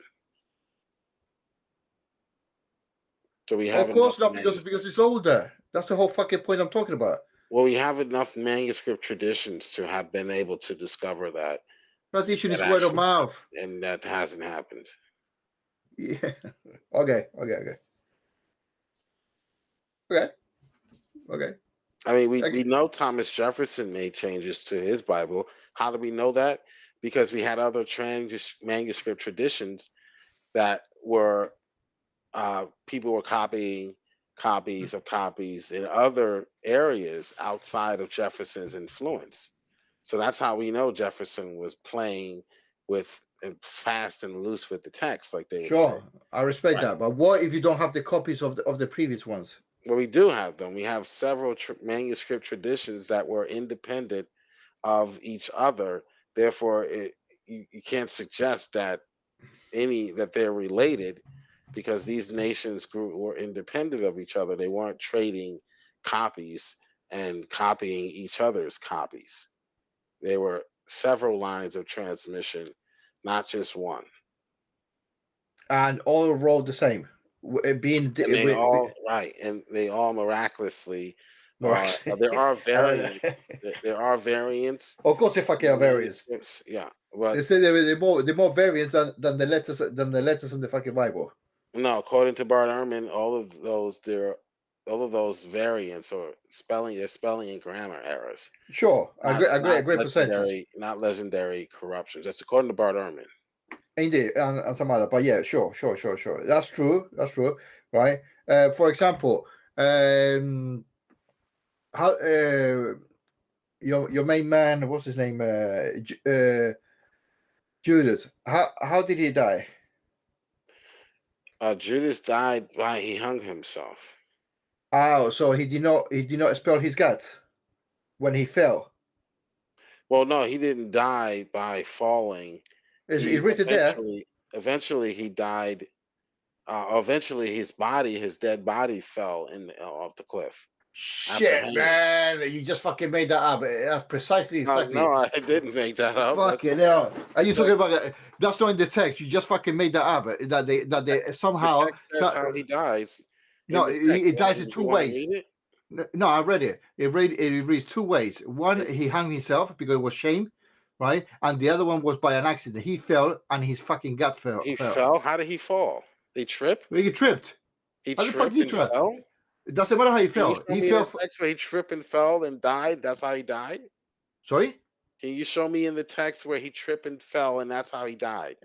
Well, his gut came out. What did he do? He put a fucking plaster? Can you show me in the text that that's how he died? However, he died two ways in the Bible. Can you show me in the text that he tripped and fell and that's how he died? Can you show me that? Are you saying that he did not die? Are you saying that? I'm saying that the Bible says that he died by hanging himself. That's it. And then after he hung himself, once he was already dead, somebody cut it. Fell. No, the body fell. Yeah, go on. And he fell and died. His guts burst open. No. He hit a head first. Yeah, he fell headlong. Probably he can't. It's impossible. Hanging on the rope, and the rope most likely snapped. So you just made that up, yeah? The cliff. You just made that up. No, I'm not making that up because the text doesn't say how he dies. Correct. And he doesn't say that he dies by hanging or by falling. It doesn't say that. It tells you what happens after he hung himself. He had already hung himself. People don't survive hangings. Okay. Sure. So the text that is communicating him falling headlong cannot be him falling while he was alive and then dying due to the fall. People don't survive hangings usually. Okay. So once he hung himself in Matthew, he's dead. All right. What happened to his body is explained to you in Acts. Mm-hmm. So Acts happened first or happened later? No, Matthew first he hung himself. Yeah, and somebody was still there. The body was still hanging. The scripture says. Yeah. And then the scripture says that his body fell headlong. It doesn't say he died. No. He went to the field, right? He was walking in the field, right? That's why he wasn't walking in the field. He was dead. He was already dead after he hung himself. He wasn't walking anywhere. People don't walk after they hang themselves. No. I agree with that narrative that if he's dead, there is dead. No. Trust me, I'm with you with one side of the death. Yeah, that's you choose one of the two deaths. right? For example, the other way around. You haven't demonstrated the second death. So until you demonstrate that the text says that he died by falling, then you don't have an argument. That you need to demonstrate that first. Where does the text say that when he fell, that was the cause of his death? Where does it say that? Because you're making that assumption, and then you're building your argument based on that assumption. Oh, so the same thing as the 6 days of creation. Is that what you're saying? Something like that? No. I'm saying that if you're going to make an argument, at least demonstrate that the text communicates what you're arguing. You're arguing that the rendering of the story in Acts is one of his Right. death. Okay, I got it here. Okay. Right. But Matthew pay and Luke. attention to what you're reading. You'll Sure. notice that Hold it on. doesn't say that's how he died. Okay. Right. Matthew is the one who Matthew says that Judas died by hanging. Mm-hmm. That's Right? where he died. Yes. Yeah. Now And let's then- read the other story. And then That's Luke, Uh-huh. yeah, another author was nearby and saw it, and he wrote, says that Judas fell because he saw it. Otherwise, it was hearsay, right?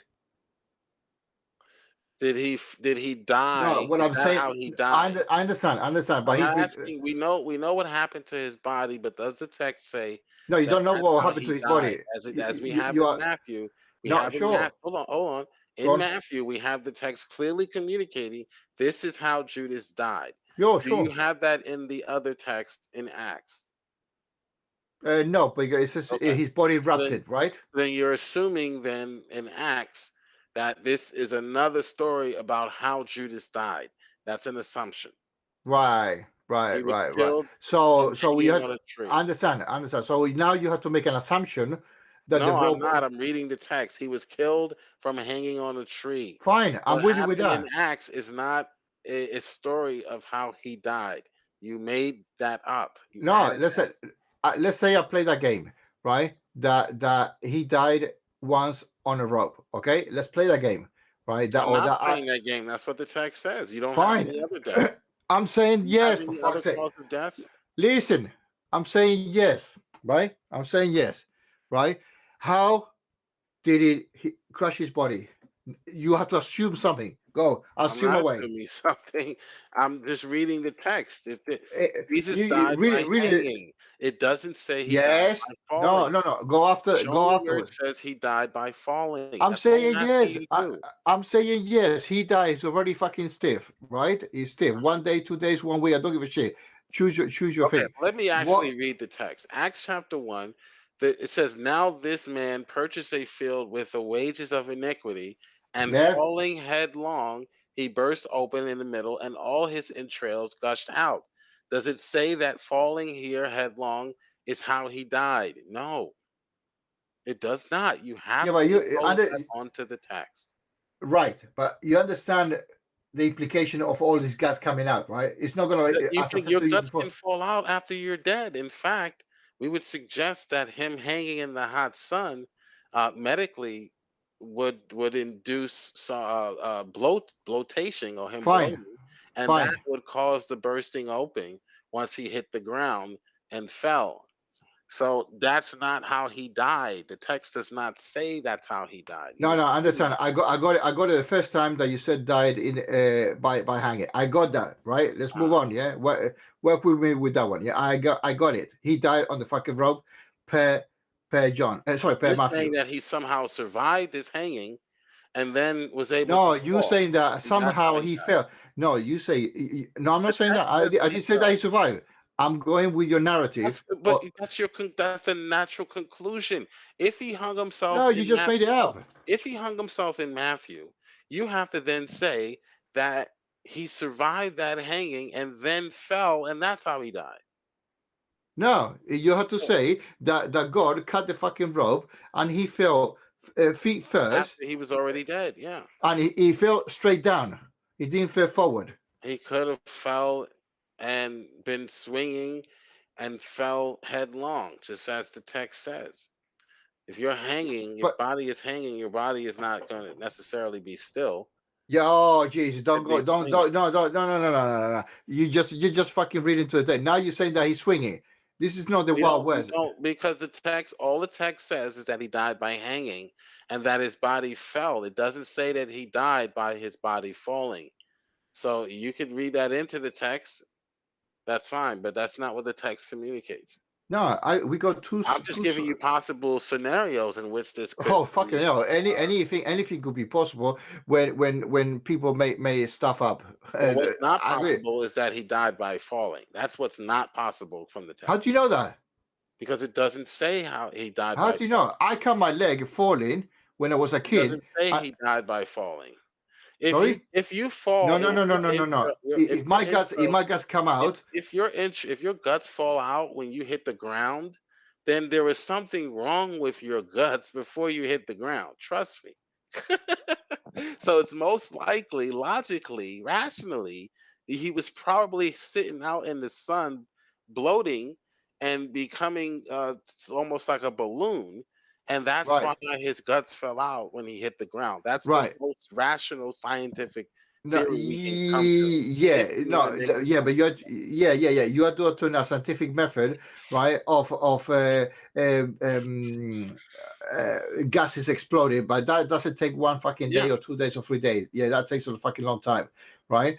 But Yeah. now he would have been you put hanging it for days. yeah, but work with me. So you saying that he died, the text says he died, fine, he fucking died that way. Then somehow the rope, which is fucking strong to hold his body, right, in X amount of time, broke apart. The tree trunk broke, or whatever fucking thing broke. However, means he fell feet first, right? From all the brunt of the fell, right? No chance of fucking hitting something else, or at least very least impacted, right? And your excuse, instead of saying he fell and his gut broke open, as it says, right, his body ruptured after the fall, right? You are saying that he burst open because he was sunbathing, facing upwards. Yeah, Luke is being a doctor, is giving us a graphic description of what occurred following the hanging. Luke wasn't there. People do not survive hanging. Luke wasn't there. And especially back. Luke is giving us a description of what happened following the hanging. Remember, Luke is a meticulous historian. So he went around and he interviewed people about these events. Right. So Luke is telling us the story of what happened after the hanging. After the hanging. Right. Okay. No, that's there's good. an ordering of events here that you're missing. Both authors are not telling the same story. They're telling two different scenes. Right. What movie? Okay, Scene one, so Matthew. yeah. Scene two, Luke.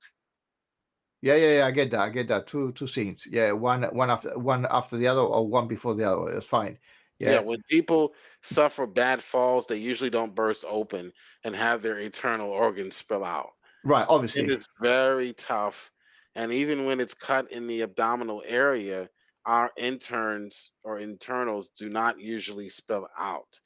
Therefore, Judas could not have died in this manner from merely falling. Okay, this is describing a dead body that is hung in the hot sun of Jerusalem, and the bacteria inside his body would have been actively breaking down his tissues. I think you wrote this thing concerning how Judas died. He's a simple reconciliation. That's a fucking word of the fact that Judas hung himself in the potter's field, Matthew 27:5, and then that is how he died. Then after his body has begun to decay, fucking hell, like next day, and bloat the next day, the rope broke. Actually, it cannot broke if you bloat.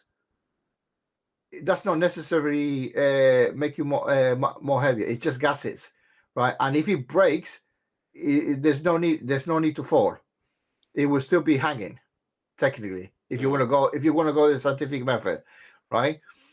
The rope broke, or the branch of the. It could have been the tree. branch. It could have been the rope that was hung on the. Yeah, branch. but you assume. You assuming. Yeah, but that you're putting into a text that because it possibly broke, he fell and broke apart. But now they added the bloating, right? You don't need bloating. Again, the If it, text is not going to communicate every detail. right, By you can harmonize the text, of but course you you can. can't make them contradict because both texts It do won't be not convenient. say. Here's what you need to make the text contradict. You need both authors to say this is how Judas died. Mhm. You only have one author saying that. You don't Yeah, have both. So in order to get a contradiction, you have to have a negation of P or Q. You can't just have one author describing an event and then another author describing an event that's related to the right, first event, right. but Well, giving that different details that of would that. be stupid. That would be stupid if both say that, right? So the one had to sugarcoat the other one, right?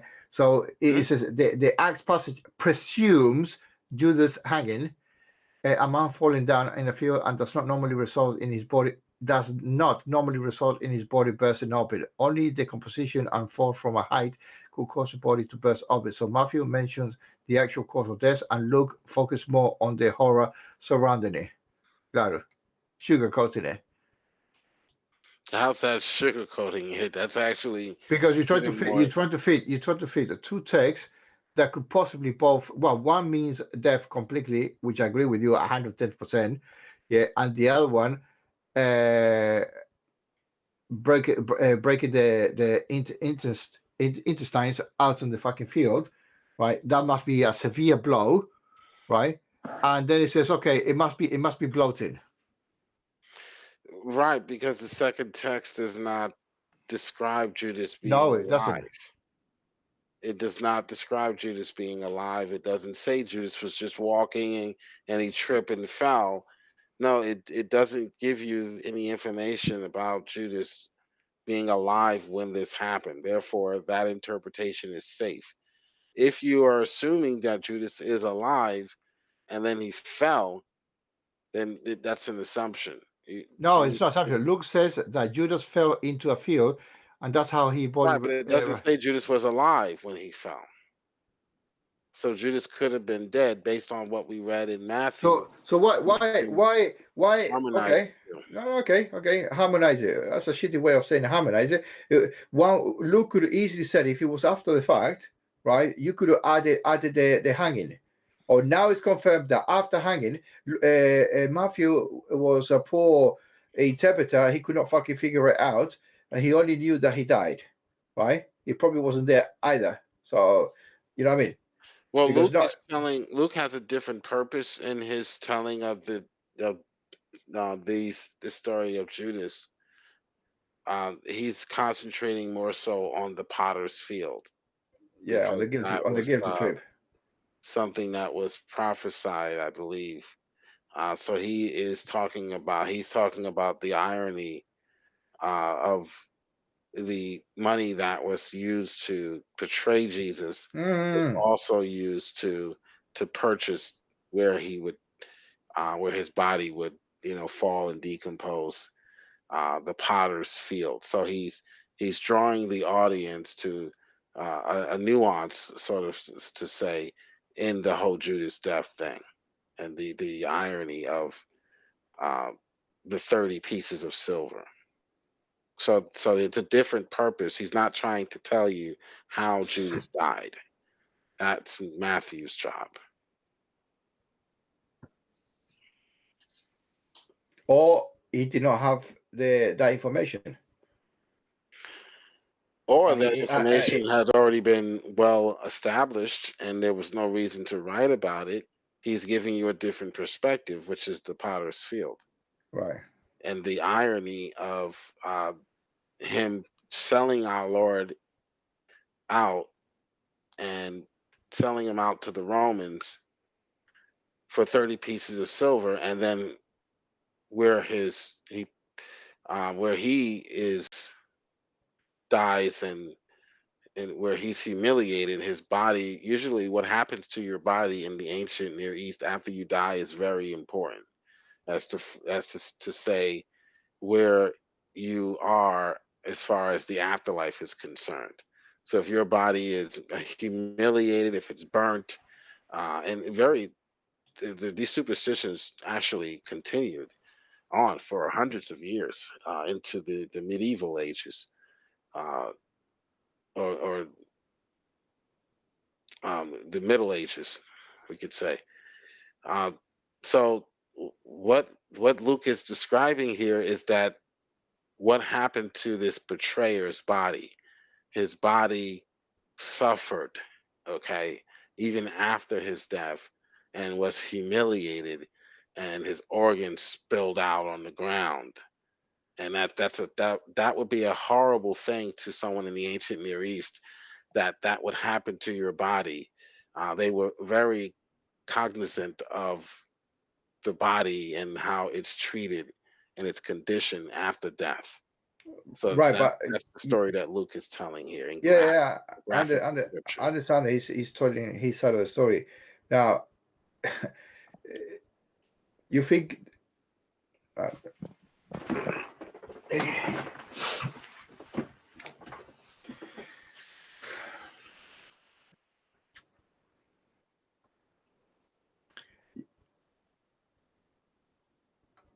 you think that,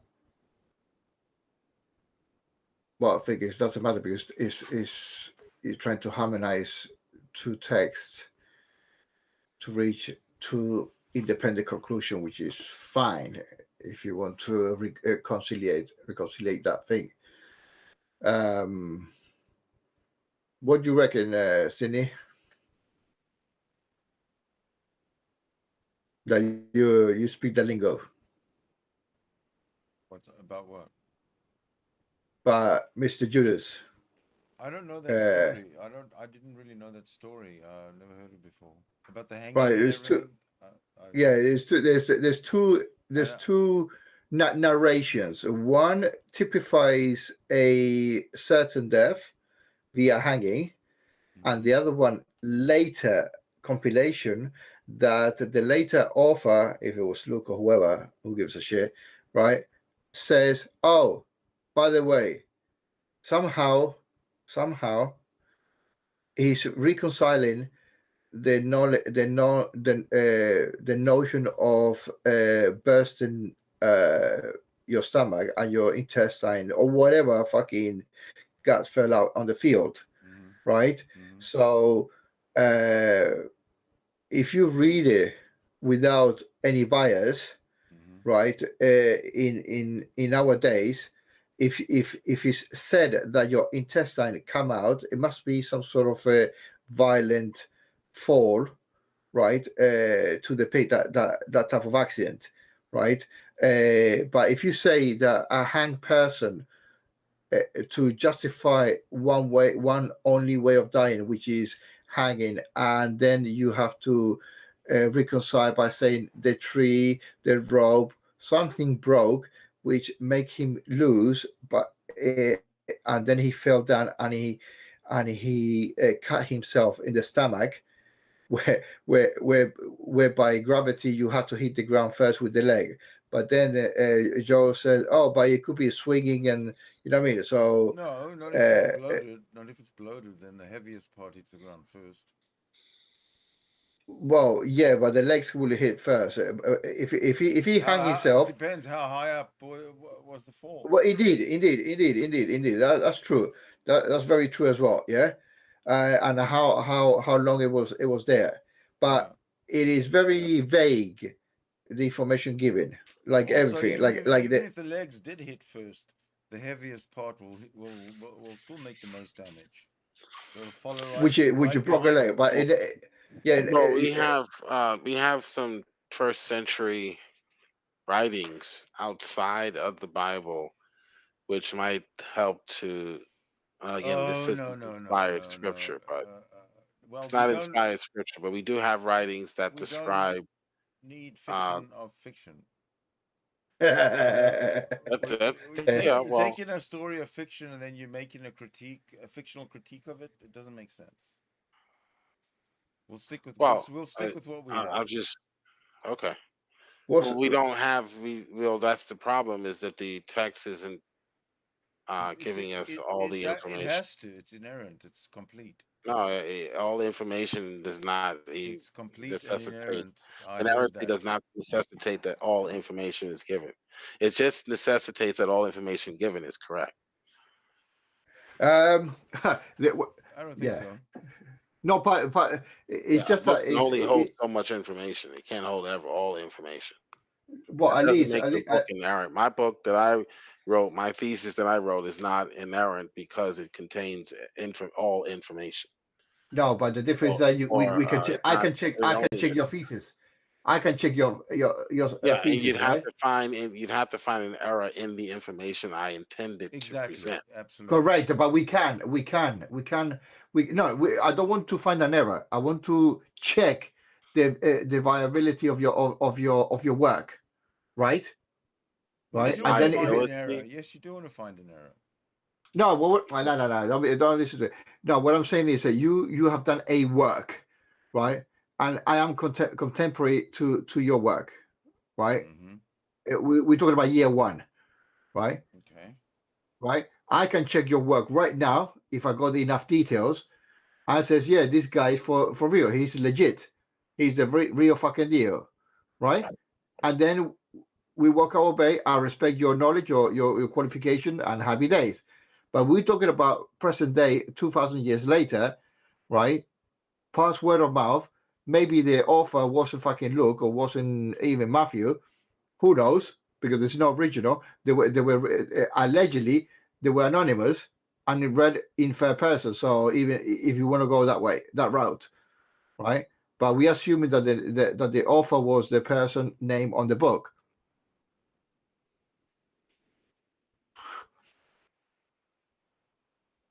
Inerrant does not mean without error. I like that. Perfect does not mean imperfect. Yeah, and errant. Oh, that's not actually what I said. And errant does not necessitate that all information is presented. So the atheist needs to look up the definition of an errant. An errant means that the information you are presenting, that you choose to present, 4 + 4 is 8. I chose to present that information in my book. Prove it wrong. Don't No, no, try no, to no, no. find things that are not in my book, like 7 times 3, and say, well, you don't have 7 times 3, That therefore makes no you're wrong. sense. That makes no No, sense. that's No, nonsensical. It's nonsense. correct. Well, the another analogy is saying that you say 4 + 4 is 17, right? In your That book, would be right. That would be evidence that the Bible was wrong. Right. right? So, but you are saying no, because 4 + 4 + 6 + 6 + that you're trying to mix it all together to arrive between hanging and damage the body, right?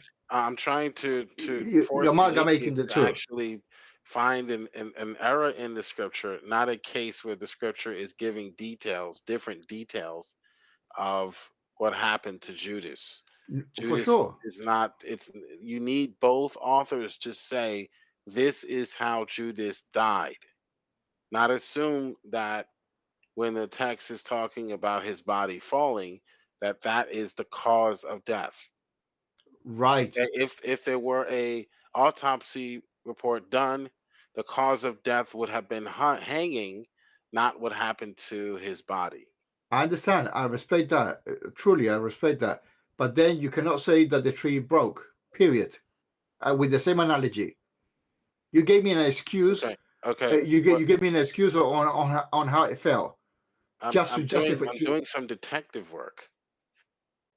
Fuck me. I'm What doing some detective what work and say that detectives do? he died in both ways. Detectives don't say that he died both ways. You can only die once.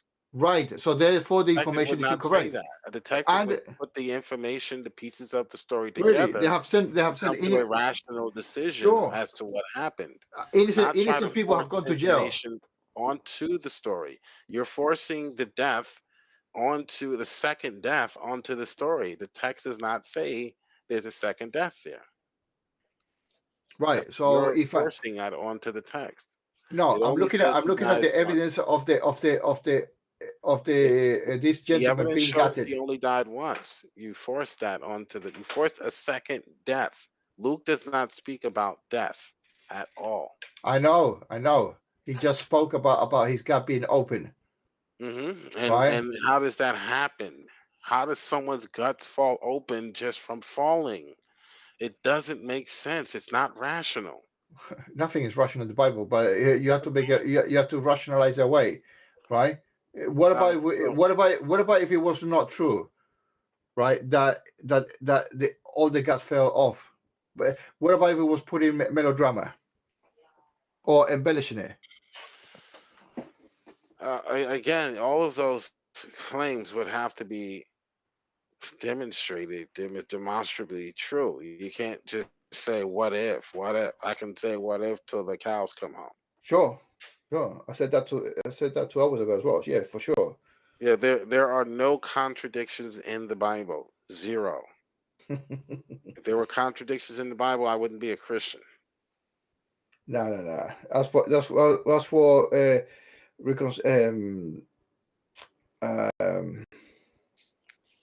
so what I'm looking for. The Bible, when we say the Bible is inerrant, we mean just that. We don't mean inerrancy. You mean without errors? Right. Yeah. How was it Lazarus? No, not Lazarus. No. When we say inerrant, we're talking about the autograph or the original. The you don't have any original. Back to autograph original. You don't have it. The science of textual criticism. But we have, by comparing copy to copy, they were able to get back to the mother copy, or at least as close as you're going to get to it. Yeah, but not to the original. And then you got a spread of word of mouth. So the original is the word of mouth, not the first copy. Okay.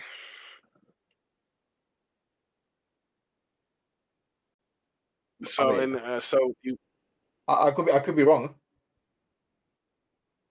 So we do have Indeed. spelling and grammar errors. Yes, anything that would change the core doctrines of Christianity. I am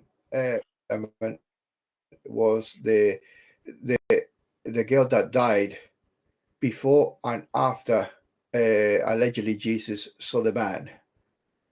Right. In one text it says, Jesus, hurry up. My kid is dying. Yeah. And then when he arrives, no, he's already dead. Or she's already dead or something like that.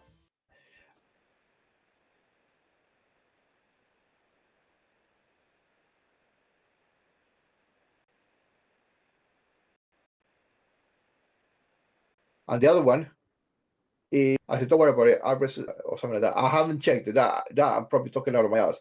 But that's what I gathered from him with that had an interview on the on a podcast that he did.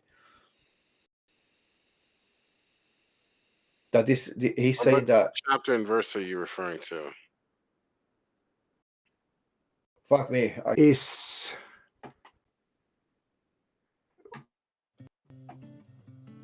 Jesus was walking somewhere. Fuck me, that's very vague, but my apologies for that. And our father knew that this guy was coming along. I said, please, come along. My daughter's dying, or something like that. Yeah. And when he arrived, she was dead. But then on another narrative, it was the other way around. It was saying, no, don't bother coming because she was already dead. So why they need to go there, right?